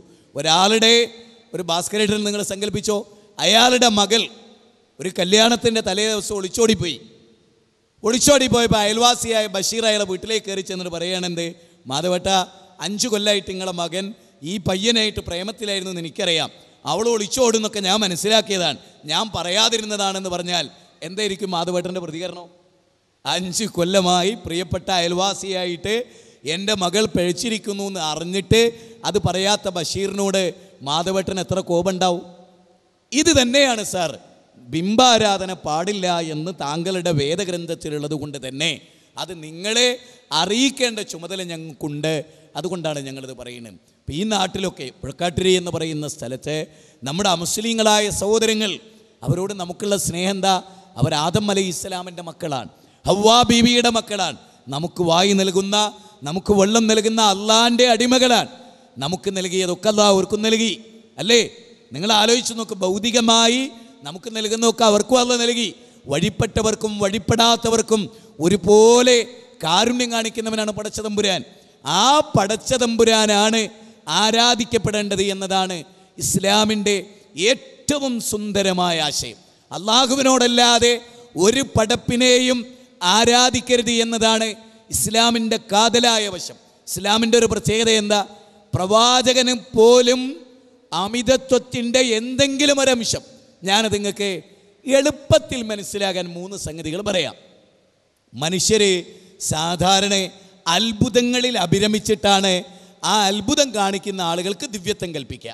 അത് മനുഷ്യൻ്റെ ഒരു പൊതുപ്രകൃതമാണ്. ഇപ്പം സായിബാബയിൽ ആളുകൾ ദിവ്യത്താരോപിക്കുന്ന ഒരു കാരണം എന്താണ്? വായുവിൽ ഇങ്ങനെ കൈ ചുഴറ്റി, അതേ ഇങ്ങനെ ചുഴറ്റിയിട്ട്, സാധാരണ ഇങ്ങനെ ഓപ്പൺ കൈ അതിങ്ങനെ ചുഴറ്റിയിട്ട് കാണാം, അതേ ഇങ്ങനെ പിടുത്തം വിട്ട് ആ ഭസ്മം ഇങ്ങനെ വീടുന്നു. അന്തരീക്ഷത്തിൽ ഇങ്ങനെ നിന്നുകൊണ്ടിരിക്കുന്നതിനിടയിൽ കൈ ഇങ്ങനെ ചുഴറ്റിയിട്ട് പിടിക്കും. അത് പിടിച്ചു കഴിഞ്ഞാൽ അതിങ്ങനെ ഇട്ടാൽ ഭസ്മം അത് എന്നിട്ട് നെറ്റിയിൽ, അതൊരു അത്ഭുതമാണ്. പുട്ടപ്പുറത്തിയിൽ 2 ചെയിൻ എടുത്തു കൊടുക്കും, HMT വാച്ച് എടുത്തു കൊടുക്കും. അതിൽ അത്ഭുതത്തിലാണ് ആളുകൾ. പക്ഷേ ശരിക്കും ചിന്തിക്കേണ്ടവരെങ്ങനെയാണ് ചിന്തിക്കുക? ഇന്ത്യ രാജ്യത്ത് എത്രയോ ആളുകൾ പട്ടിണി കിടക്കുന്നുണ്ട്, എത്രയോ ആളുകൾ പട്ടിണി കിടക്കുന്നുണ്ട്. ഇപ്പം നിങ്ങൾ നോക്കൂ, പുട്ടപ്പുറത്തിയിലേക്ക് ലോറി ഇങ്ങനെ റിവേഴ്സ് ഗിയറിൽ വരിക, എന്നിട്ട് സായിബാബ ഇങ്ങനെ നിന്നിട്ട് വായുന്ന് ഒരു ചാക്ക് പഞ്ചസാര, ഒരു ചാക്ക് ഉപ്പ്, പിന്നെ വെണ്ടക്ക, തക്കാളി, ഇതെല്ലാം എടുക്കാൻ പറ്റുമോ? എടുക്കാൻ പറ്റില്ല. മത്തങ്ങയൊന്നും കയ്യിൽ ഒതുങ്ങൂല. ഒരു മെജീഷ്യന് കയ്യിൽ ഒതുങ്ങുന്ന ഒരു ചെയിന്, ഒരു വാച്ച്, ഇത്തിരി ഭസ്മം, ഇതൊക്കെ ഒരു മെജീഷ്യന് കയ്യിൽ ഒതുങ്ങും. അല്ലാതെ മത്തങ്ങത്തിൽ ഒതുങ്ങിയത് എല്ലാവരും കാണൂലേ? അതുകൊണ്ട് ആ മത്തങ്ങ ഒതുക്കാൻ കഴിയില്ല. അത് വലിയ അത്ഭുതം കാണിക്കുകയാണ്. ഏറ്റവും ദരിദ്രനായ ഒരുത്തന്നെ വായുന്ന് ഒരു കാറ് എടുത്താട് കൊടുക്കുക, ഒരു BMW. അതിനൊക്കെ കഴിയില്ല. ആ കയ്യിൽ ഒതുങ്ങുന്ന കാര്യം ആളുകൾ എന്താ ചിന്തിക്കാത്ത? എന്താ പട്ടിണിപ്പാവങ്ങൾക്ക് പിന്നെ ഈ മെഡിക്കൽ ഷോപ്പിൻ്റെ ഹോസ്പിറ്റലിൻ്റെ ഒക്കെ വരാന്തയിൽ നിൽക്കേണ്ട കാര്യമില്ലല്ലോ, മരുന്നൊക്കെ അന്തരീക്ഷത്തിൽ നിന്ന് എടുത്ത് അവിടെ കൊടുക്കുക, പാരസെറ്റമോൾ ഇതാ എന്നൊക്കെ പറഞ്ഞിട്ട് അങ്ങോട്ട് കൊടുത്താൽ പോരെ? അതൊന്നും നടക്കില്ല എന്ന് എല്ലാവർക്കും. എന്നാലും ആളുകൾ ആ ദിവ്യത്വത്തിൻ്റെ പിന്നാലെയാണ് പോവുക. അവിടെ ഇസ്ലാമിൻ്റെ ഒരു അത്ഭുതം എന്നെയും അത്ഭുതപ്പെടുത്തുന്നു, നിങ്ങളെയും അത്ഭുതപ്പെടും. ഏറ്റവും വലിയ അത്ഭുതമായിരിക്കല്ലോ, 2 മാസം വഴിദൂരമുള്ളൊരു സ്ഥലത്ത്, 1 മാസം അങ്ങോട്ടും 1 മാസം ഇങ്ങോട്ടും, അങ്ങനെയുള്ള ഒരു രാത്രിയിലാണ് പ്രവാചക തിരുമേനിയുടെ യാത്ര. മേറാജ്, ഇസ്രാവും മേറാജ് ഉണ്ടാകുന്ന അങ്ങനെ ഒരു രാത്രിയിലാണ്. ആ ഇസ്രാവും മേറാജ് ഉണ്ടാകുന്ന രാത്രിയിൽ അറബികൾക്ക് ഏറ്റവും വലിയ അത്ഭുതമായിരുന്നു. 1 മാസം അങ്ങോട്ടും 1 മാസം ഇങ്ങോട്ടും യാത്ര ചെയ്താൽ എത്തുന്ന ദൂരാണ്. ഒരു രാത്രിയിലെ കുറഞ്ഞ സമയം കൊണ്ട് റസൂലുള്ളാഹി സ്വല്ലല്ലാഹി അലൈഹി വസല്ലം പിന്നെ 7 ആകാശവും അല്ലേ ആകാശാരോഹണം നടന്നു. അത് ഏറ്റവും വലിയ അത്ഭുതമായിരുന്നു. അങ്ങനെ യാത്ര ചെയ്തൊരാൾ ലോക ചരിത്രത്തിൽ വേറല്ല. അപ്പോൾ അത്ഭുതങ്ങൾ ഏറ്റവും കൂടുതൽ ആരോപിക്കേണ്ട ആരില്ല? പ്രവാചകനിലാണ്. പക്ഷെ എനിക്ക് ആ സമയത്ത് ഖുർആൻ ഉപയോഗിച്ചൊരു പദം, അതാണ് ഖുർആൻ്റെ ഇജാസ്. അതെന്താ? നിങ്ങൾ ആരെങ്കിലും ശ്രദ്ധിച്ചിട്ടുണ്ടോ? ഈ അത്ഭുതത്തോടു കൂടി പോയ ആളാരാ? റസൂലല്ലേ? റസൂലല്ലേ അത്ഭുതം. പക്ഷെ അള്ളാഹു സുബ്ഹാനഹു വ തആല അവിടെ പോലും ഉപയോഗിച്ച് എന്താ അറിയോ? സുബ്ഹാനല്ലദീ അസ്റാ ബി അബ്ദിഹി ലൈലൻ മിനൽ മസ്ജിദിൽ ഹറാമി ഇലൽ മസ്ജിദിൽ അഖ്സ. അതായത് മുഹമ്മദാണ് പോയത്. അതുകൊണ്ട് ആരാ പരിശുദ്ധൻ? മുഹമ്മദല്ല, ഞാനാ. അള്ളയാ പരിശുദ്ധൻ. കാരണം മുഹമ്മദ് നബിയെ ഈ യാത്ര ചെയ്യിപ്പിച്ച അള്ളാഹു എത്ര പരിശുദ്ധൻ. അപ്പം അവിടെ എന്താ അറിയോ? ഇങ്ങനെ ഒരു യാത്ര കഴിഞ്ഞ് വന്നിട്ട് ആരെങ്കിലും ഒരു വലിയ സംഭവം തന്നെ നമുക്കാർക്കെങ്കിലും കഴിയടാ, ഒരു മാസ വൈദൂരമുള്ളടത്ത് ഇത്ര പെട്ടെന്ന് പോയി വരാൻ നമുക്ക് കഴിയില്ല. ആകാശം കടന്നു പോകാൻ നമുക്ക് കഴിയോ? 15 കോടി കിലോമീറ്റർ അകലെ എന്നാ സൂര്യൻ്റെ ഒരു കിരണം ഭൂമിയിലെത്തുന്നത് 8 മിനിറ്റ് കൊണ്ട്. 8 മിനിറ്റ് കൊണ്ട് അവിടെ അള്ളാഹു സുബ്ഹാനഹു വ തആല പ്രയോഗിച്ച പ്രയോഗം തന്നെ എന്താ? സുബ്ഹാനല്ലദീ അസ്റാ ബി അബ്ദിഹി ലൈലൻ മിനൽ മസ്ജിദിൽ ഹറാമി ഇലൽ മസ്ജിദിൽ അഖ്സ. മുഴുവൻ പ്രത്യേകത ഈ അള്ളാഹുവിലേക്ക് റസൂലിനെ പറ്റി പറയുന്നതിന് എന്താണ്? റസൂൽ അടിമയാണെന്നാ. അടിമയാണ്. ആ ഒരു ഘട്ടത്തിൽ പോലും അള്ളാഹുവിൻ്റെ റസൂലിൽ ദിവ്യത്വം ആരോപിച്ച്, അദ്ദേഹത്തിൽ അള്ളാഹുവിൻ്റെ എന്തെങ്കിലും ഗുണങ്ങൾ ആരോപിച്ച് ആരാധിക്കാൻ വകുപ്പ് നൽകാത്ത വിധം അള്ള പ്രയോഗിച്ച പ്രയോഗം തന്നെ എന്താ? അതിൻ്റെ അടിമയാണ് കേട്ടോ, എൻ്റെ അടിമയാണ് എന്ന പ്രയോഗമാണ് അവിടെ ഉള്ളത്. ഇനി തീർന്നോ? ഖുർആൻ ഒരു അത്ഭുതമാണ്. അത് പ്രയോഗിച്ചിടത്തും ഖുർആൻ എന്താ പറഞ്ഞേ? അൽഹംദുലില്ലാഹില്ലദീ അൻസല അലാ അബ്ദിഹിൽ കിതാബ് വലം യജ്അൽ ലഹു ഇവജ. 18-ാം അധ്യായം 1-ാമത്തെ വചനം. അവിടെയും അടിമ എന്നാ പറഞ്ഞേ. വൈൻ കുന്തും ഫീ റൈബിൻ മിമ്മാ നസ്സൽനാ അലാ അബ്ദിനാ ഫഅതു ബിസൂറത്തിൻ മിൻ മിസ്ലിഹി. സൂറത്ത് ബഖറയിലെ 23. അവിടെ ഈ റസൂൽ ആരാണ്? അടിമയാണ്. ഇതാണ് ഇങ്ങനെ. ഇപ്പം നിങ്ങൾക്കറിയാലോ, നബി കരീം സല്ലല്ലാഹു അലൈഹി വസല്ലമയുടെ ഒരു പ്രത്യേകത മുസ്ലിം ഉമ്മത്ത് ശരിക്കും മനസ്സിലാക്കണം. ഇപ്പം നമ്മൾ തങ്ങന്മാരുടെ പിന്നാലെ, അതുപോലെ തന്നെ ജാറങ്ങൾ, ദർഗകൾ, മക്ബറകൾ, അതിൻ്റെ പിന്നാലെയാണ് കേരളത്തിലെ ചില വിഭാഗങ്ങൾ. അവരുടെ ജീവിതം തന്നെ സയാമീസ് ഇരട്ടകളെ പോലെയാണ്. എന്താ സയാമീസ് ഇരട്ടകളുടെ പ്രത്യേകത? വേർപിരിയാനാവില്ല. ദർഗ, സമസ്ത. സമസ്തക്ക് ദർഗല്ലാതെ ജീവിതമില്ല. എവിടെ ദർഗയുണ്ടോ അവിടെ സമസ്തയുണ്ട്, എവിടെ സമസ്തയുണ്ടോ അവിടെ ദർഗയുണ്ട്. അതുകൊണ്ട് തന്നെ നമ്മൾ മനസ്സിലാക്കേണ്ട എന്താ? സമസ്തോ ദർഗോ സുഖിനോ ഭവന്തു. അതാണ്. സമസ്തയും ദർഗയും സുഖമായി ഭവിക്കുകയാണ് ഇവിടെ. അതില്ലാതെ അവർക്ക് രക്ഷപ്പെടാൻ കഴിയില്ല, നിലക്കാൻ കഴിയില്ല. ഇത് എവിടെ നിന്നായി ഈ മനുഷ്യർക്ക് ഇത് കിട്ടിയത്? ഇപ്പം മുഹമ്മദ് നബി സല്ലല്ലാഹു അലൈഹി വസല്ലമയുടെ ഒരു അത്ഭുതം, അത് എന്നും അത്ഭുതം തന്നെയാണ്. ആ മഹാനുഭാവൻ ഒരു അത്ഭുതം തന്നെയാണ്. അതെന്താ? പ്രവാചകൻ്റെ മകൻ ഇബ്രാഹിം മരിച്ചു, എല്ലാവർക്കും അറിയാം. ആ ഒരു രംഗം നിങ്ങളൊന്ന് മനസ്സിൽ സങ്കല്പിച്ചു നോക്ക്. ലോകത്തിൻ്റെ പ്രവാചകൻ, അന്തിമ പ്രവാചകൻ നബി സല്ലല്ലാഹു അലൈഹി വസല്ലം, അദ്ദേഹത്തിൻ്റെ മകൻ മരിക്കുകയാണ്. അദ്ദേഹത്തിൻ്റെ മകൻ മരിച്ചിട്ട് അന്ന് തന്നെ സൂര്യഗ്രഹണം ഉണ്ടാവുകയാണ്. സ്വാഭാവികമായി ചില ആളുകൾ പറഞ്ഞു, എന്ത് മുഹമ്മദ് നബി സല്ലല്ലാഹു അലൈഹി വസല്ലമയുടെ മകൻ മരിച്ചുകൊണ്ടാണ് സൂര്യഗ്രഹണം ഉണ്ടായത്. സത്യത്തിൽ നബി സല്ലല്ലാഹു അലൈഹി വസല്ലമ ശരിക്കൊരു ചൂഷണം ചെയ്ത് സമൂഹത്തെ വഞ്ചിച്ച് ജീവിക്കുന്ന ആളാണെങ്കിൽ പ്രവാചകൻ എന്താ പറയേണ്ടത്? കണ്ടോ, ഞാനെന്ന വലിയ തങ്ങൾ മരിച്ച ഇതിനേക്കാൾ അപ്പുറത്തായിരിക്കും. ഇതിൻ്റെ മോൻ മരിച്ചപ്പോൾ തന്നെ സൂര്യനാഗ്രഹണം ബാധിച്ച് ആകാശമൊക്കെ ഇടിഞ്ഞിരിക്കുമ്പോൾ ഞാൻ മരിച്ചാൽ എന്ന് പറഞ്ഞിട്ട് അതിനെ ഒരു ബിസിനസ്സാക്കി മാറ്റില്ല റസൂല്. ആ മകൻ മരിച്ച ആ സ്പോട്ടിൽ എഴുന്നേറ്റ് നിന്ന് പ്രവാചകൻ പ്രസംഗിക്കുകയാണ്, യാ യുഹന്നാസ്, ജനങ്ങളെ നിങ്ങളൊരു തെറ്റിദ്ധാരണ തിരുത്തണം. ഇന്ന ശംസ വൽ ഖമറ ആയത്താനി മിൻ ആയാത്തില്ല. സൂര്യനും ചന്ദ്രനും അള്ളാഹുവിൻ്റെ ദൃഷ്ടാന്തത്തിൽപ്പെട്ട 2 ദൃഷ്ടാന്തങ്ങളാകും. ഒരാൾ മരിച്ചത് കൊണ്ടോ ഒരാൾ ജനിച്ചത് കൊണ്ടോ സൂര്യന് ഗ്രഹണം ബാധിക്കില്ല. അത്ര പെർഫെക്റ്റാണ്. ആ സെക്കൻഡിൽ തന്നെ തെറ്റിദ്ധാരണ തിരുത്താൻ. ഇതാണ് പ്രവാചക തിരുമേനി. നക്ഷത്രങ്ങൾക്കോ സൂര്യനോ മനുഷ്യ ജീവിതത്തിൽ ഇടപെടാൻ കഴിയില്ല എന്ന് പഠിപ്പിച്ച മത ഇസ്ലാം. ഭാഗ്യനക്ഷത്രങ്ങളെ നിങ്ങൾ നിർവചിക്കുന്നു, ജയവും പരാജയവും എന്നത് മലയാളത്തിലെ 2 വരി പാട്ടാണ്. എന്താണ്? ഭാഗ്യനക്ഷത്രങ്ങളെ നിങ്ങൾ നിർവചിക്കുന്നു, ജയവും പരാജയവും. നക്ഷത്രങ്ങളാണ് മനുഷ്യൻ്റെ ഭാഗ്യനിർഭാഗ്യങ്ങൾ നിർണയിക്കപ്പെടുന്നത്, നിർവചിക്കുന്നത് എന്ന തെറ്റായ ധാരണ. നക്ഷത്രം എന്ന് പറഞ്ഞാൽ ആസ്ട്രോണമി പഠിച്ച ആളുകൾക്കറിയാം, ഇന്ന് നക്ഷത്രത്തിന് പ്രകാശം നമ്മൾ കാണുന്നുണ്ടെങ്കിലും ആ നക്ഷത്രം നശിച്ചു പോയതാണ്. എത്രയോ വർഷങ്ങൾക്ക് മുമ്പ് നശിച്ചുപോയ നക്ഷത്രത്തിൻ്റെ പ്രകാശം ഇപ്പോൾ ഭൂമിയിലെത്തുന്നേ ഉള്ളൂ. മോഡേൺ സയൻസ് നമുക്ക് പറഞ്ഞു തരുന്നതാണ്. ഒരു നക്ഷത്രത്തിനും വീണ്ടും വിചാരമോ ഇടപെടാനുള്ളതോ ഭാവി പ്രവചിക്കാനുള്ള കഴിവോ ഒന്നും ഒരു നക്ഷത്രത്തിനുമില്ല. ഹൈന്ദവ സമൂഹത്തിലെ നമ്മുടെ പ്രിയപ്പെട്ട സഹോദരന്മാർ ഈ അന്ധവിശ്വാസത്തിലായി മരിച്ചു പോകാൻ പോകണു. അതുകൊണ്ട് തന്നെ മുസ്ലിങ്ങൾക്ക്, വിശിഷ്യ മുജാഹിദുകൾക്ക് വലിയ ബാധ്യതയുണ്ട്. എന്ത്? ഈ ആളുകളെ ബോധവൽക്കരിക്കുക എന്നുള്ളത്. അന്ധവിശ്വാസികളായി, ബൗദ്ധ വിശ്വാസികളായി, ശിർക്കിൻ്റെ ആളുകളായി ലോകത്തെ മനുഷ്യന്മാർ മരിക്കാൻ പാടില്ല. ഇപ്പോൾ പ്രവാചക തിരുമേനി ഒരു കല്യാണ വീട്ടിലേക്ക് കയറി ചെല്ലാൻ നമ്മൾ പഠിക്കേണ്ടതാണ്. ഇസ്ലാമിൻ്റെ അഖീദ ശരിക്കും സമൂഹത്തെ നമ്മൾ പഠിപ്പിച്ചിട്ടില്ലെങ്കിലേ ആളുകൾ, ഇപ്പം നിങ്ങൾ നോക്കും, ഞാൻ ഇങ്ങോട്ട് വരുമ്പോൾ ചാപ്പനങ്ങാടി എന്ന് പറഞ്ഞ സ്ഥലം കഴിഞ്ഞിട്ട് അങ്ങോട്ട് വന്ന്, ചാപ്പനങ്ങാടി എന്ന് പറഞ്ഞ സ്ഥലം കഴിഞ്ഞിട്ടാണ് ഇങ്ങോട്ട് വന്നത്. ചാപ്പനങ്ങാടിയിലെ ബാപ്പു മുസ്ലിയാർ അറിയാതെ ഒന്നും നടക്കൂല ലോകത്ത് എന്നൊരു മൊയ്ലിയാര പ്രസംഗം നിങ്ങൾ കേട്ടിട്ടുണ്ടാവും. ചാപ്പനങ്ങാടി വാപ്പോലേർ പാപ്പാനെ കുറിച്ച് പറയലുണ്ട്. എനിക്ക് വാപ്പോലേർ പാപ്പാൻ്റെ മുന്നിലേക്ക് പോകാൻ പേടിയിരുന്നു. എന്തുകൊണ്ട്? എന്ത് ചെയ്താലും എന്ത് പ്രവർത്തിച്ചാലും അത് വാപ്പോലേർ പാപ്പ അറിഞ്ഞിട്ടുണ്ടാവും ചൊല്ലുമ്പോൾ. പിന്നെന്ത് ചെയ്യും? ഞാൻ എന്ത് പ്രവർത്തിച്ചാലും എന്ത് ചെയ്താലും വാപ്പോലേർ പാപ്പ അറിഞ്ഞിട്ടുണ്ടാവും. അതുകൊണ്ട് വാപ്പോലേർ പാപ്പാൻ്റെ മുന്നിലിരിക്കാൻ വലിയ പേടിയില്ല. മുന്നിൽ നിന്നിട്ട് പോന്നിട്ട് പിന്നെ അങ്ങനെ കഴിഞ്ഞുവിടാനാണ് പേടി. കാരണം പിന്നെ എന്ത് ചെയ്താലും ചെന്നാൽ വാപ്പോലേർ പാപ്പ അതിനെക്കുറിച്ചാണ് ചോദിക്കുക. അതുകൊണ്ട് വലിയ പേടിയിരുന്നു. ചാപ്പനങ്ങാടിയിലെ ബാപ്പു മുസ്ലിയാർ അറിയാതെ ഒന്നും നടക്കൂല. എന്ത് ചെയ്താലും എന്ത് പ്രവർത്തിച്ചാലും ചാപ്പനങ്ങാടി ബാപ്പു മുസ്ലിയാർ അറിയും. നമ്മൾ അള്ളാനെ പറ്റി പറയുമ്പോൾ എന്താ പറയല്? നമ്മൾ എന്ത് ചെയ്താലും എന്ത് പറഞ്ഞാലും എല്ലാം അറിയുന്നവനാണ് അള്ളാഹു. ചാപ്പനങ്ങാടി ബാപ്പു മുസ്ലിയാരോ അള്ളാനെ പോലെ തന്നെ. ഇത് വിശ്വസിക്കുന്നൊരു സമൂഹം, നിസ്കാരത്തായുമ്പുള്ളൊരു സമൂഹം മുസ്ലിങ്ങൾക്കിടയിലുണ്ട്.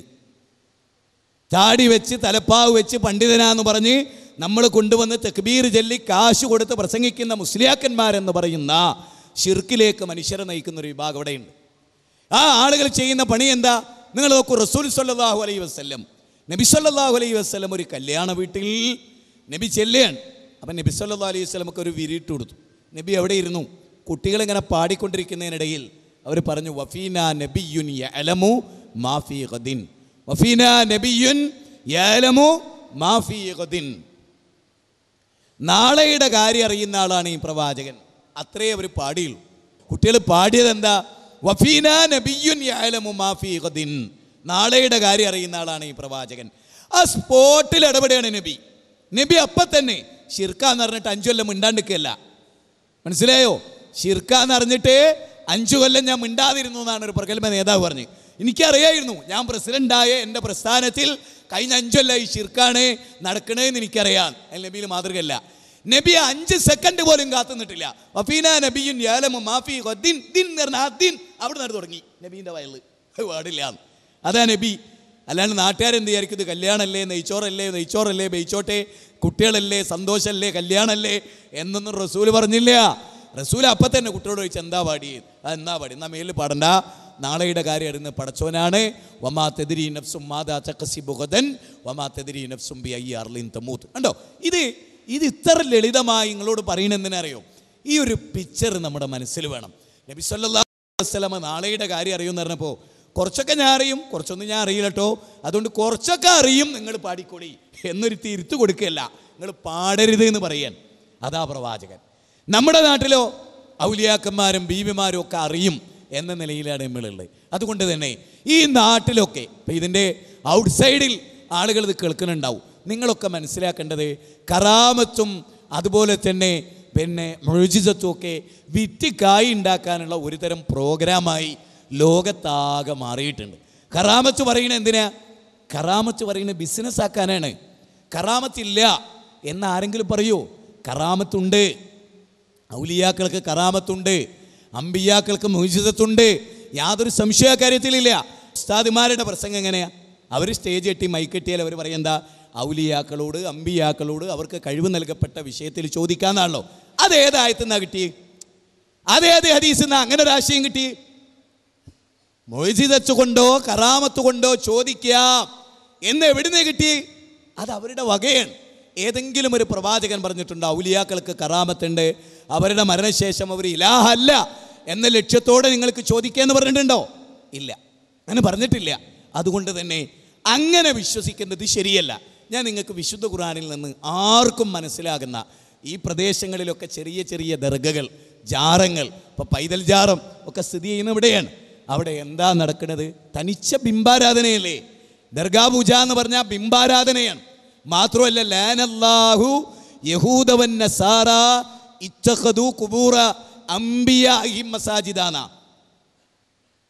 ജൂതന്മാരെയും നസാറാക്കളെയും അള്ളാഹു ശപിച്ചിരിക്കുന്നു. എന്താ അവർ ചെയ്ത്? ഇത്തഖദു ഖുബൂറ അംബിയാഇഹിം മസാജിദ. അംബിയാക്കളുടെ ഊരും പേരറിയാത്തവരുടേതല്ല. മനമ്പത്ത് ബീവിനെ കുറിച്ച് പറയണെന്താ? ഊരും പേരറിയില്ല, മശുകൂറും കുറവല്ല, ബഹുമാനർ പിറന്നുള്ള നാട് എന്നാ. നേരെ മറിച്ച് ഇതല്ല, ജൂതന്മാരെ ഇത് അമ്പിയാക്കളുടെയാണ്. അതുവരെ അള്ള ശപിച്ചു എന്നാ.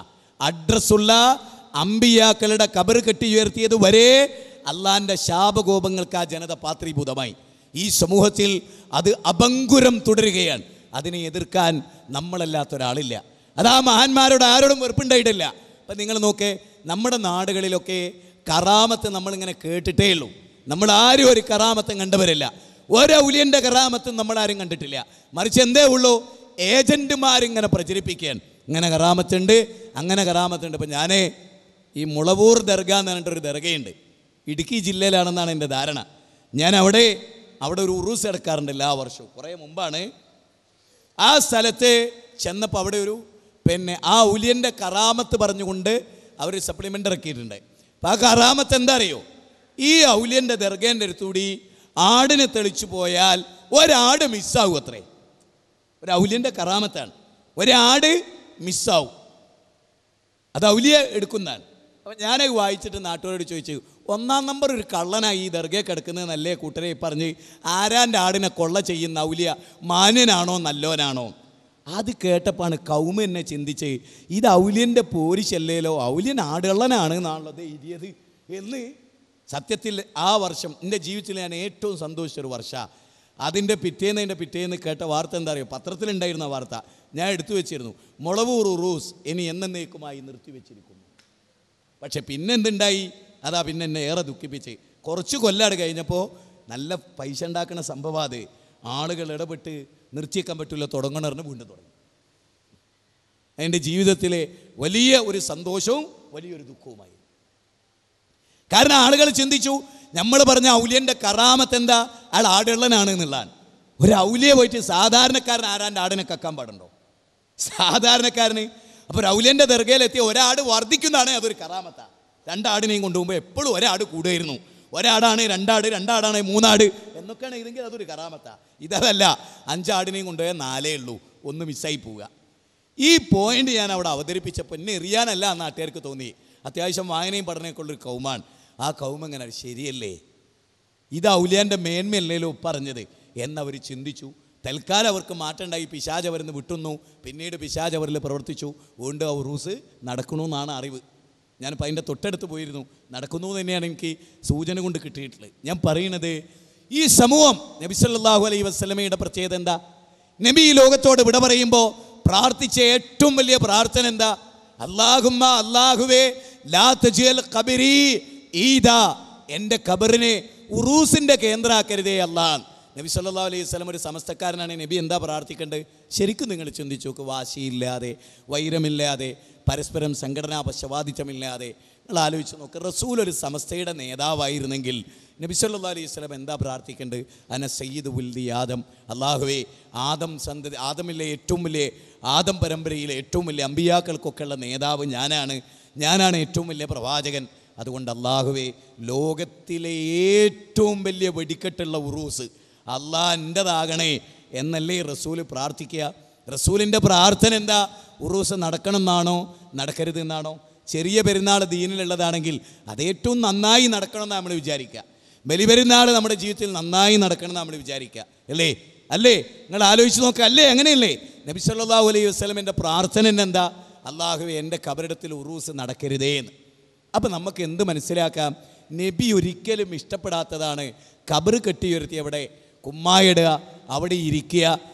ഏത് ഇസ്ലാമിൻ്റെ പ്രമാണത്തിലാണ് ഖബറിൻ്റെ മുകളിൽ ഇരിക്കുക, അവിടെ കുമ്മായിടുക, അവിടെ നിലവിളക്ക് കത്തിക്കുക, അവിടെ മെഴുകുതിരി കത്തിക്കുക, അവിടെ പച്ച മൂടുക, അവിടെ മുട്ടുക, അവിടെ മുട്ടിറക്കുക തുടങ്ങി ഈ അന്ധവിശ്വാസങ്ങളൊക്കെ ഏത് നബിയുടെ സ്വാഭിമാരാ ചെയ്ത്?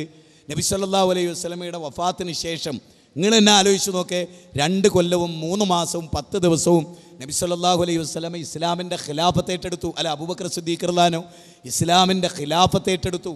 2 റബീഉൽ അവ്വൽ വന്നു, 2 ജന്മദിനം കടന്നുപോയി. നബി ഒരു മുടിയിട്ട വെള്ളം, അബൂബക്കർ സിദ്ദീഖ് റളിയല്ലാഹു അൻഹു ഒരു മുടിയിട്ട വെള്ളം സപ്ലൈ ചെയ്യുകയോ നബിയുടെ ജന്മദിനം കൊണ്ടാടുകയോ അതോടൊപ്പം നബിയുടെ ജന്മദിനത്തിൻ്റെ ഭാഗമായി ആണ്ടർതി നടത്തുകയോ ചെയ്തില്ല എന്നത് ഹദീസ് കൊണ്ട് തെളിഞ്ഞതല്ലേ, കിതാബുകളെ കൊണ്ട് തെളിഞ്ഞതല്ലേ? എവിടെയുള്ളത്? വാശി പിടിച്ച്, വാദിച്ച്, ന്യായീകരിച്ച്, കള്ളം പറഞ്ഞ് അല്ലേ, അങ്ങനെയൊക്കെ ജീവിച്ചിട്ട് അള്ളാനെ കണ്ടുമുട്ടും. എന്തായിരിക്കും നമ്മുടെ അവസ്ഥ?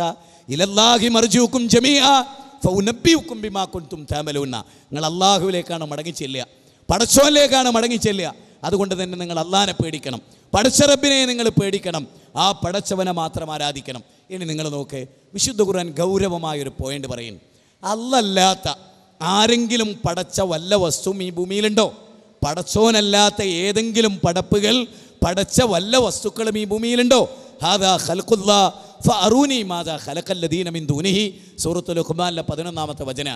നിങ്ങൾ ആരാധിക്കുന്ന, വിളിച്ചു പ്രാർത്ഥിക്കുന്ന ഏതെങ്കിലും ഷെയ്ഖന്മാർ, ഏതെങ്കിലും ബീവിമാർ, അല്ലല്ലാത്ത ഏതെങ്കിലും നിങ്ങൾ അല്ലല്ലാത്ത ആരെ നിങ്ങൾ വിളിക്കുന്നോ അവർ വല്ലതിനെയും സൃഷ്ടിച്ചിട്ടുണ്ടോ? മാ യംലികൂന മിൻ കിച്മീർ, 35-ാം അധ്യായം 13-ാമത്തെ വചനത്തിൽ അള്ളാൻ്റെ ചോദ്യം. ഒരു ഈത്തപ്പന കുരുവിൻ്റെ മുകളിലെ പാട പോലും അവരാരെങ്കിലും അധീനപ്പെടുത്തിയിട്ടുണ്ടോ എന്നാ ചോദ്യം. അതില്ലെങ്കിൽ അവരെ ആരെയും നിങ്ങൾ വിളിച്ചു പ്രാർത്ഥിക്കരുത് എന്ന് അല്ലാഹു സുബ്ഹാനഹു വ തആല പറയാൻ. കുൽ ഇന്നമാ അദൂ റബ്ബി വലാ ഉശ്രിക് ബിഹി അഹദാ, പറയൂ പ്രവാചകരെ, ഞാൻ എൻ്റെ റബ്ബിനോടല്ലാതെ ഒരു ശക്തിയോടും ഞാൻ പ്രാർത്ഥിക്കുകയില്ല, ദുആ ഇരക്കുകയില്ല എന്ന് അല്ലാഹു പറയാൻ. ഇനി നിങ്ങൾ നോക്ക്, 10 കൊല്ലം ഇസ്ലാമിൻ്റെ ഖിലാഫത്ത് ഏറ്റെടുത്തു ആര്? മഹാനായ ഉമർ ബിൻ ഖത്താബ് റളിയല്ലാഹു അൻഹു 10 കൊല്ലം ഇസ്ലാമിൻ്റെ ഖിലാഫത്ത് ഏറ്റെടുത്തു. 10 റബീഉൽ അവ്വൽ വന്നു. എല്ലാവർക്കും അറിയാം, 10 നബിദിനം വേണമെങ്കിൽ അവർ കഴിക്കാമായിരുന്നു. പക്ഷേ അവരാരും അത് ചെയ്തില്ല. കാരണം ആ ഉത്തമ തലമുറയിൽ ആർക്കും ജന്മദിനം മതമാണ് എന്നവരാരും മനസ്സിലാക്കിയില്ല. അതാണ് നമ്മുടെ നാടുകളിൽ മുസ്ലിങ്ങൾ അരങ്ങ് തകർത്ത് ചെയ്തുകൊണ്ടിരിക്കുന്നത്.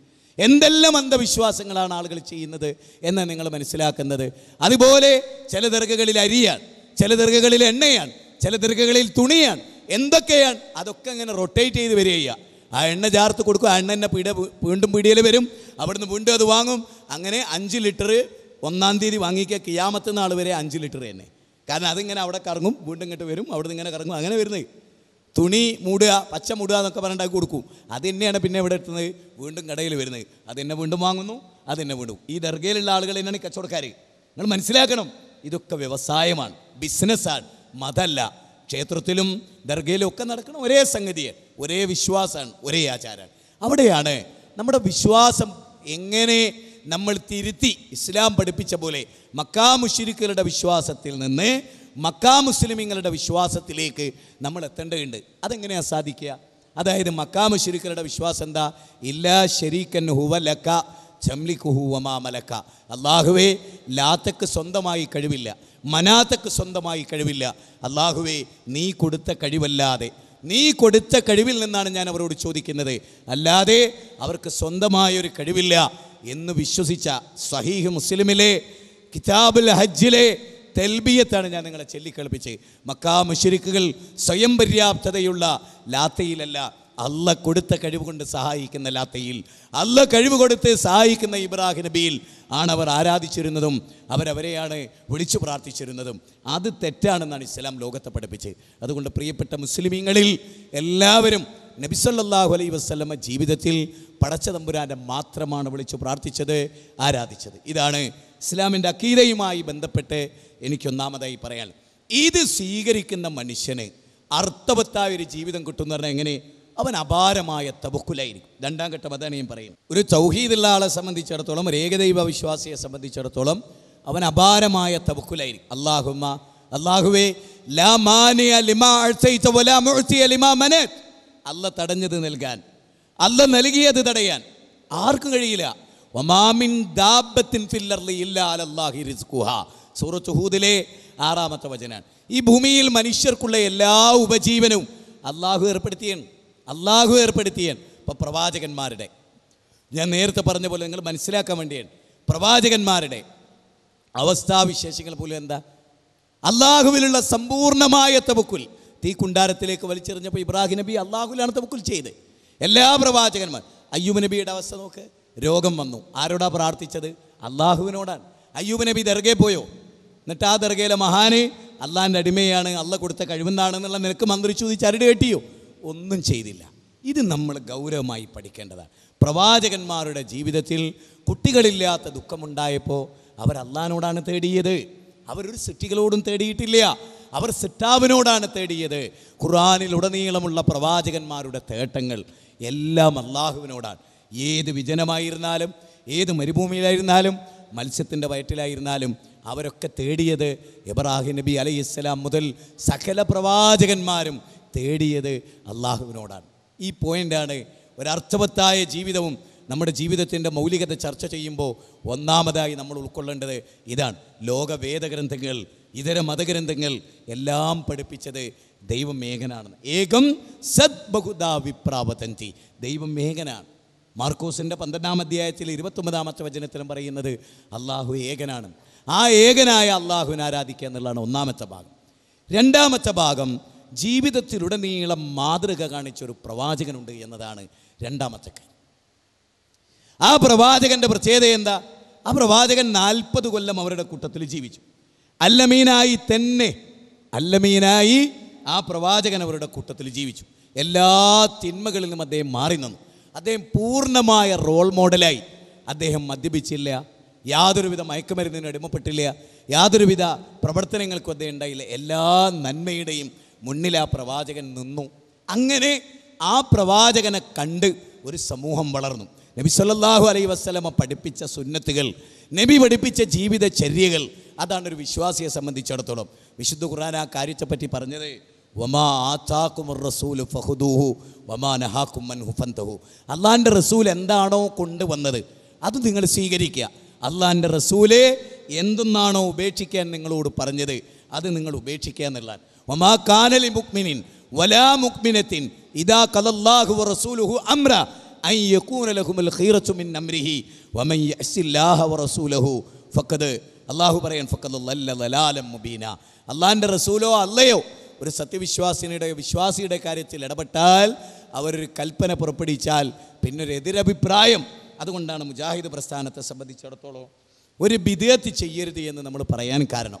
നബി പഠിപ്പിക്കാത്ത ഒന്നും ജീവിതത്തിൽ ഉണ്ടാകരുത് എന്ന് പഠിപ്പിക്കാനുള്ള കാരണം അതാണ്. അതുകൊണ്ട് ആ പോയിൻ്റ് വളരെ പ്രധാനമാണ്. നബി സല്ലല്ലാഹു അലൈഹി വസല്ലമയുടെ പ്രത്യേകത അള്ളാഹുവിൻ്റെ റസൂൽ വഹിയുള്ള പ്രവാചകനാണെന്നുള്ളതാണ്. വിശുദ്ധ ഖുർആൻ ആ കാര്യത്തെപ്പറ്റി 2 സ്ഥലത്ത് പറഞ്ഞത് വഔഹാ ഇലൈഹിം ഫീലൽ ഖൈറാത്ത്. എന്താണ് പുണ്യകരമായ കാര്യമെന്ന് അള്ളാഹു പ്രവാചകന്മാർക്ക് വഹി നൽകുകയാണ്. അല്ലാതെ ഇത് പുണ്യം, ഇത് ശരി, ഇത് തെറ്റ്, ഇത് നല്ലത് എന്ന് പ്രവാചകന്മാർ പഠിപ്പിക്കല്ല. ഖുർആനിലെ 21-ാം അധ്യായം 73-ാമത്തെ വചനം, ഖുർആനിലെ 53-ാം അധ്യായം 3-4 വചനങ്ങൾ, അതുപോലെ തന്നെ ഖുർആനിലെ 2-ാം അധ്യായം 128-ാമത്തെ വചനം. അതിൽ ഇബ്രാഹിം നബിയുടെ ഒരു പ്രാർത്ഥന തന്നെ എന്താണ്? വ അരിനാ മനാസിക്കനാന്ന. അള്ളാഹുവേ, നിന്നെ എങ്ങനെ ആരാധിക്കേണ്ടത്? നിന്നെ മാത്രമാണ് ആരാധിക്കേണ്ടതെന്ന് എനിക്കറിയാം, പക്ഷെ ആരാധനയുടെ കൈഫിയത്ത് അത് നീ തന്നെയാണ് പഠിപ്പിക്കേണ്ടത്, അല്ലാതെ എൻ്റെ യുക്തി ഉപയോഗിച്ചല്ല എന്ന് ഇബ്രാഹിം നബി പറയാനുള്ള കാരണം അതാണ്. അവൻ നമ്മുടെ ഒരു പ്രവാചകന് പോലും ഇന്നത് ദീനാണ്, ഇന്നത് നല്ലതാണ്, മക്കാം ഇബ്രാഹിമിൻ്റെ പിന്നിൽ നിന്ന് 2 റക്അത്ത് നിസ്കരിച്ചൂടേന്ന് ഉമർ ഇബ്നുൽ ഖത്താബ് റളിയല്ലാഹു അൻഹു ചോദിച്ചപ്പോൾ റസൂലുള്ളാഹി പറഞ്ഞ് അള്ളാഹിൻ്റെ വഹിയില്ല, അള്ളാഹു ജിബ്രീൽ മുഖാന്തരം അത് പഠിപ്പിച്ചാൽ നാളെ അത് ചെയ്യും. പിന്നെ അതുണ്ടായി. ഖുലിയായുൽ കാഫിറൂനും ഖുൽ വല്ലാഹു അഹദുമാണ് ആ 2 റക്അത്തിൽ നിസ്കരിക്കേണ്ടതെന്ന് വരെ ഹദീസിൽ സ്ഥിരപ്പെട്ടതെങ്ങനെ? വളു ചെയ്ത് ജിബ്രീൽ അലൈഹിസ്സലാം കാണിക്കുകയാണ്, നിസ്കരിച്ച് ജിബ്രീൽ അലൈഹിസ്സലാം കാണിക്കുകയാണ്, അത് നബി സല്ലല്ലാഹു അലൈഹി വസല്ലം പഠിക്കുകയാണ്. ഓരോന്നും നബി സല്ലല്ലാഹു അലൈഹി വസല്ലമയെ ജിബ്രീൽ മുഖാന്തരം അള്ളാഹ് പഠിപ്പിക്കുകയാണ്. ആ റസൂലിന് ഒരിക്കലും തെറ്റ് പറ്റില്ല. ആ റസൂല് പഠിപ്പിച്ച് ക്ലിയർ ചെയ്ത സ്വഹാബത്തിനും ഒരു തെറ്റും പറ്റില്ല. അതുകൊണ്ട് ഗൈറ സബീലിൽ മുഅ്മിനീൻ, സ്വഹാബത്തിൻ്റേതല്ലാത്തൊരു മാർഗം നിങ്ങളാരും സ്വീകരിക്കരുത്. അപ്പോൾ ഇസ്ലാമിൽ നമ്മുടെ ജീവിതത്തെ ഗൗരവമായി ദർശിക്കുമ്പോൾ ഈ പ്രവാചകനെ ചാണിന് ചാണായി മുഴച്ചിന് മുഴമായി നമ്മൾ പിൻപറ്റണം. പിന്നെ സ്വഹാബത്ത്, ആ സ്വഹാബത്തിൻ്റെ പ്രത്യേകത എന്താണ്? വസാബിഖൂനൽ അവ്വലൂന മിനൽ മുഹാജിരീന വൽ അൻസാർ വല്ലദീന തബഊഹും ബിഇഹ്സാനിൻ റളിയല്ലാഹു അൻഹും വറളുവാൻ. ആ പ്രവാചകന്മാർ, ആ സ്വഹാബത്തിനെ കുറിച്ച് അള്ളാഹ് പറയണത് മുൻകടന്നു പോയ മുഹാജിറുകൾ, അൻസാറുകൾ, അവരെ നല്ലതായ നിലക്ക് പിന്തുടർന്നവർ, കാരണം മുഹാജിറുകളെയും അൻസാറുകളെയും റസൂല് രൂപപ്പെടുത്തിയെടുത്തൊരു സമൂഹം അവർ. നബി സല്ലല്ലാഹു അലൈഹി വസല്ലമക്ക് നേരിട്ട് അല്ലാഹുവിൽ നിന്ന് വഹി കിട്ടുന്നു. ആ വഹി അനുസരിച്ച് നബി അവരെ പഠിപ്പിക്കുന്നു, അതിനനുസരിച്ച് അവർ പഠിക്കുന്നു, അതിനനുസരിച്ച് ഒരു ജനത അവിടെ വളർന്നു വരുന്നു. അവർക്ക് തെറ്റുപറ്റുകയില്ല. അതുകൊണ്ട് തന്നെ അവർക്ക് തെറ്റുപറ്റിയപ്പോൾ ഒക്കെ തിരുത്തി ക്ലിയർ ചെയ്തു. പ്യൂർ ഇസ്ലാം നബി മരിക്കുമ്പോൾ അവരുടെ കൈകളിൽ ഏൽപ്പിച്ചു. അൽ യൗമ അക്മൽതു ലക്കും ദീനക്കും വഅത്മംതു അലൈക്കും നിഅമതി വറദീതു ലക്കും അൽ ഇസ്ലാമ ദീന. ഇന്നേ ദിവസം മതം ഇവിടെ പൂർണ്ണമാവുകയാണ്. ആ മതം പൂർത്തീകരിച്ചെടു കൊടുത്തു. ഖുർആനിൽ 5-ാം അധ്യായം 3-ാമത്തെ വചനം. ആ മതത്തിൽ അന്ന് എന്തൊക്കെ പുണ്യകരമാണോ അതൊക്കെ നമുക്ക് ഇന്നും പുണ്യകരമാണ്. അന്ന് എന്തൊക്കെ ബിദ്അത്താണോ അതൊക്കെ നമുക്ക് ഇന്നും ബിദ്അത്താണ്. അതാണ് അതിൻ്റെ 3-ാം ഘട്ടം. 4-ാമത്തേത് മരണത്തിന് ശേഷം ഒരു ജീവിതമുണ്ടെന്ന കാര്യമാണ്. വലഖദ് ജീതുമൂനാ ഫുറാദാ കമാ ഖലഖനാകും അവ്വല മറ. നിങ്ങൾ അല്ലാഹു സുബ്ഹാനഹു വ തആലയുടെ സന്നിധാനത്ത് നിങ്ങൾ വരും. അവിടെ നിങ്ങളുടെ ജീവിതത്തിലെ എല്ലാ കാര്യങ്ങളും വനുഖ്രിജു ലഹു യൗമൽ ഖിയാമത്തി കിതാബൻ യൽഖാഹു മൻശൂറാ ഇഖ്റഇ കിതാബക കഫാ ബിനഫ്സികൽ യൗമ അലൈക ഹസീബ. ഒരു കിതാബ്, ഈ ഓഡിറ്റോറിയത്തിലിരിക്കുന്നവരും പുറത്ത് പ്രസംഗം കേൾക്കുന്നവരൊക്കെ മനസ്സിലാക്കണം, ഒരു കിതാബ് മനുഷ്യൻ്റെ കർമ്മരേഖ എല്ലാം രേഖപ്പെടുത്തപ്പെട്ട ഒരു കിതാബ് മനുഷ്യൻ്റെ കൈകളിൽ തരും. അവൻ 60 കൊല്ലം ജീവിച്ചതിൻ്റെ പൂർണ്ണ രൂപം അവൻ്റെ കൈകളിൽ തരും. അന്ന് മാലിഹാദൽ കിതാബ് ലാ യുഗാദിറു സഗീറതൻ വലാ കബീറതൻ ഇല്ലാ അഹ്സാഹ എന്ന് പറയുന്നൊരു ദിവസം. എന്തൊരു കിതാബാണിത് എന്ന് 18-ാം അധ്യായം 49-ൽ മനുഷ്യർ വിലപിക്കുമെന്ന് അല്ലാഹു പറയണം. അതുകൊണ്ട് നമ്മളൊക്കെ ജീവിതത്തിൻ്റെ എല്ലാ രംഗങ്ങളിലും ഖുർആനും സുന്നത്തും അനുസരിച്ച് ജീവിക്കാനും നന്മ നിറഞ്ഞൊരു ജീവിതം നയിക്കാനും ശ്രമിക്കുക എന്നുള്ളതാണ് ഇതിലേറ്റവും പ്രധാനം. മറ്റുള്ളവരിൽ നിന്നൊക്കെ വ്യത്യസ്തമായി ഇസ്ലാമിൻ്റെ വേഷം സ്ത്രീകളും പുരുഷന്മാരും ഒക്കെ പാലിക്കുകയും മാനിക്കുകയും വാക്കിലും പ്രവൃത്തിയിലും ജീവിതത്തിലും എല്ലാം ഖുർആനിനെയും സുന്നത്തിനെയും ശരിക്കും ഉൾക്കൊള്ളുകയും. വളരെ പ്രധാനമായി എനിക്ക് നിങ്ങളോട് പറയാനുള്ളത്, ഞാൻ എൻ്റെ ക്ലാസ് ഇവിടെ അവസാനിപ്പിക്കണം. കാരണം എനിക്ക് ആരോഗ്യപരമായി ഒരുപാട് പ്രശ്നങ്ങളുള്ള കഴിഞ്ഞ 3-4 ദിവസങ്ങളായി വമ്പിച്ച ഷുഗർ കൊണ്ട് എണീറ്റ് നിൽക്കാൻ പോലും വയ്യാത്തൊരവസ്ഥയിലാണ്. സഹോദരങ്ങളെ, മനുഷ്യൻ്റെ ജീവിതത്തിന് എന്തിനു വേണ്ടി എന്ന ചോദ്യം കറക്റ്റ് ഇസ്ലാം അതിന് മറുപടി പറഞ്ഞിട്ടുണ്ട്. കൃത്യമായി നിന്നെ സൃഷ്ടിച്ച സൃഷ്ടാവിൻ്റെ മുമ്പിൽ നീ നാളെ ചെന്ന് നിൽക്കും. യാ അയ്യുഹല്ലദീന ആമനു അലൈക്കും അൻഫുസക്കും ലാ യദുറുക്കും മൻ ലല്ല ഇദഹ്തദൈതും ഇലല്ലാഹി മർജൂക്കും ജമീഅ ഫഉനബ്ബിഉക്കും ബിമാ കുൻതും തഅമലൂൻ. സൂറത്ത് മായിദയിലെ 105-ാമത്തെ വചനമാണ്. സത്യവിശ്വാസികളെ, നിങ്ങൾ നിങ്ങളുടെ നഫ്സിനെ നരകത്തെ തൊട്ട് കാക്കണം. നിങ്ങൾ ഹിദായത്തിലാണെങ്കിൽ വഴിവെച്ചവർക്ക് നിങ്ങൾ ഒന്നും ചെയ്യാൻ കഴിയില്ല. ഇലല്ലാഹി മർജൂക്കും ജമീഅ, നിങ്ങളെല്ലാവരും ആ അള്ളാഹുവിലേക്കാണ് മടങ്ങിച്ചെല്ലുക. ആ അള്ളാഹുവിലേക്ക് മടങ്ങിച്ചെല്ലേണ്ടവരാണ് എന്ന ബോധ്യത്തോടെ നിങ്ങൾ അധ്വാനിക്കുക, കഷ്ടപ്പെടുക, ത്യാഗമനുഭവിക്കുക.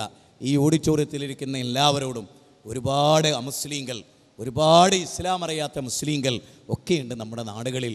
ദർഗകളിലും അമ്പിയാക്കളുള്ള പ്രാർത്ഥനയിലും മൗലിയാക്കളുള്ള പ്രാർത്ഥനയിലും ഖബറാരാധനയിലും ബിംബാരാധനയിലും ക്ഷേത്രത്തിൻ്റെ മറ്റു വസ്തുക്കൾ ആരാധിക്കുന്നതിലും ഒക്കെയായി ഒരു സമൂഹം കഴിഞ്ഞുകൂടുന്നുണ്ട്. അവരോടൊക്കെ സ്നേഹത്തോടെ ഏകനായ ഇലാഹിലേക്ക്, ലോകത്തിൻ്റെ സൃഷ്ടാവിലേക്ക് മടങ്ങി വരാൻ ആവശ്യപ്പെടുകയും നിരന്തരമായ ദഅവത്തിൽ നാം പങ്കാളികളാവുകയും ചെയ്യുക. അല്ലാഹു സുബ്ഹാനഹു വ തആല നമ്മെ അനുഗ്രഹിക്കുമാറാകട്ടെ. വീണ്ടും ഞാൻ ഓർമ്മപ്പെടുത്തുന്നു, ആരോഗ്യം അനുവദിക്കാത്തത് കൊണ്ടാണ് എന്ന് ഞാനതിൻ്റെ സംഘാടകരോടും പറയുന്നു. നിങ്ങൾക്ക് സമയം കുറഞ്ഞു പോയതിൽ വിഷമമുണ്ടാകും എന്ന് ഞാൻ വിചാരിക്കുന്നു. പക്ഷേ ആരോഗ്യം വളരെ പ്രധാനമാണല്ലോ. എല്ലാ ദിവസവും സംസാരിക്കണം, എല്ലാ ദിവസവും. നാളെയും മറ്റന്നാളും ഒക്കെ ഉണ്ട്. 16-ാം തീയതി വരെ ഒറ്റ ദിവസവും ഇല്ലാതെ ഇനിയും പ്രസംഗിക്കണം. അള്ളാൻ്റെ അനുഗ്രഹത്താൽ ഇത്രയും സംസാരിക്കാൻ കഴിയുമെന്ന് ഞാൻ വിചാരിച്ചതല്ല. ഇന്നലെ തീരെ ഉറങ്ങാൻ കഴിഞ്ഞിട്ടില്ല, പകലും ഉറങ്ങാൻ കഴിഞ്ഞിട്ടില്ല. അപ്പം ഒരു ഷുഗർ പേഷ്യൻറ്റിനെ സംബന്ധിച്ചിടത്തോളം അത്ഭുതകരമായി തന്നെ നിലക്കണം. 500 ചില്ലാനാണ് എനിക്ക് ഇന്നത്തെ ഷുഗർ. അതുകൊണ്ട് ക്ഷമിക്കണം എന്ന് ഞാൻ നിങ്ങളെ ഓർമ്മപ്പെടുത്തിക്കൊണ്ട് ഞാൻ എൻ്റെ വാക്കുകളോട് അവസാനിപ്പിക്കുകയാണ്. നിങ്ങളുടെ പ്രാർത്ഥനയിലൊക്കെ നമ്മൾ ഉൾപ്പെടുത്തണം, ആരോഗ്യത്തിന് വേണ്ടി ഉൾപ്പെടുത്തണം. അത് പറയാനാണ് ഈ കാര്യങ്ങൾ പറയുന്നത്. അല്ലാഹു സുബ്ഹാനഹു വ തആല നമ്മെ അനുഗ്രഹിക്കുകയും ഹക്കും ബാത്തിലും വേർതിരിച്ച് കാര്യങ്ങൾ മനസ്സിലാക്കി യഥാർത്ഥമായ ജീവിതത്തിൻ്റെ ലക്ഷ്യം കണ്ടെത്തി ഖുർആനും സുന്നത്തും ശരിക്ക് പഠിച്ച് മനസ്സിലാക്കി അതിനനുസരിച്ച് ജീവിക്കാനും ആളുകളോട് ഏറ്റവും നന്നായി പെരുമാറാനും നല്ല മനുഷ്യരായി ജീവിച്ച് മരിക്കാനും എല്ലാവർക്കും നന്മ ചെയ്തുകൊണ്ട് മുന്നേറാനും നമുക്ക് സാധിക്കണം. അല്ലാഹു എന്നെയും നിങ്ങളെയുമൊക്കെ അല്ലാഹു അനുഗ്രഹിക്കട്ടെ. നമുക്കൊക്കെ അല്ലാഹു തൗഫീഖ് ചെയ്യട്ടെ. റബ്ബനാ തഖബ്ബൽ മിന്നാ ഇന്നക അൻതസ് സമീഉൽ അലീം വതുബ് അലൈനാ ഇന്നക അൻതത് തവ്വാബുർ റഹീം. റബ്ബനാ ആതിനാ ഫിദ്ദുനിയ ഹസന വഫിൽ ആഖിറതി ഹസനത വഖിനാ അദാബന്നാർ. ആമീൻ ബിറഹ്മതിക യാ അർഹമർ റഹീമീൻ. അസ്സലാമു അലൈക്കും വറഹ്മത്തുള്ളാഹി വബറകാതുഹു.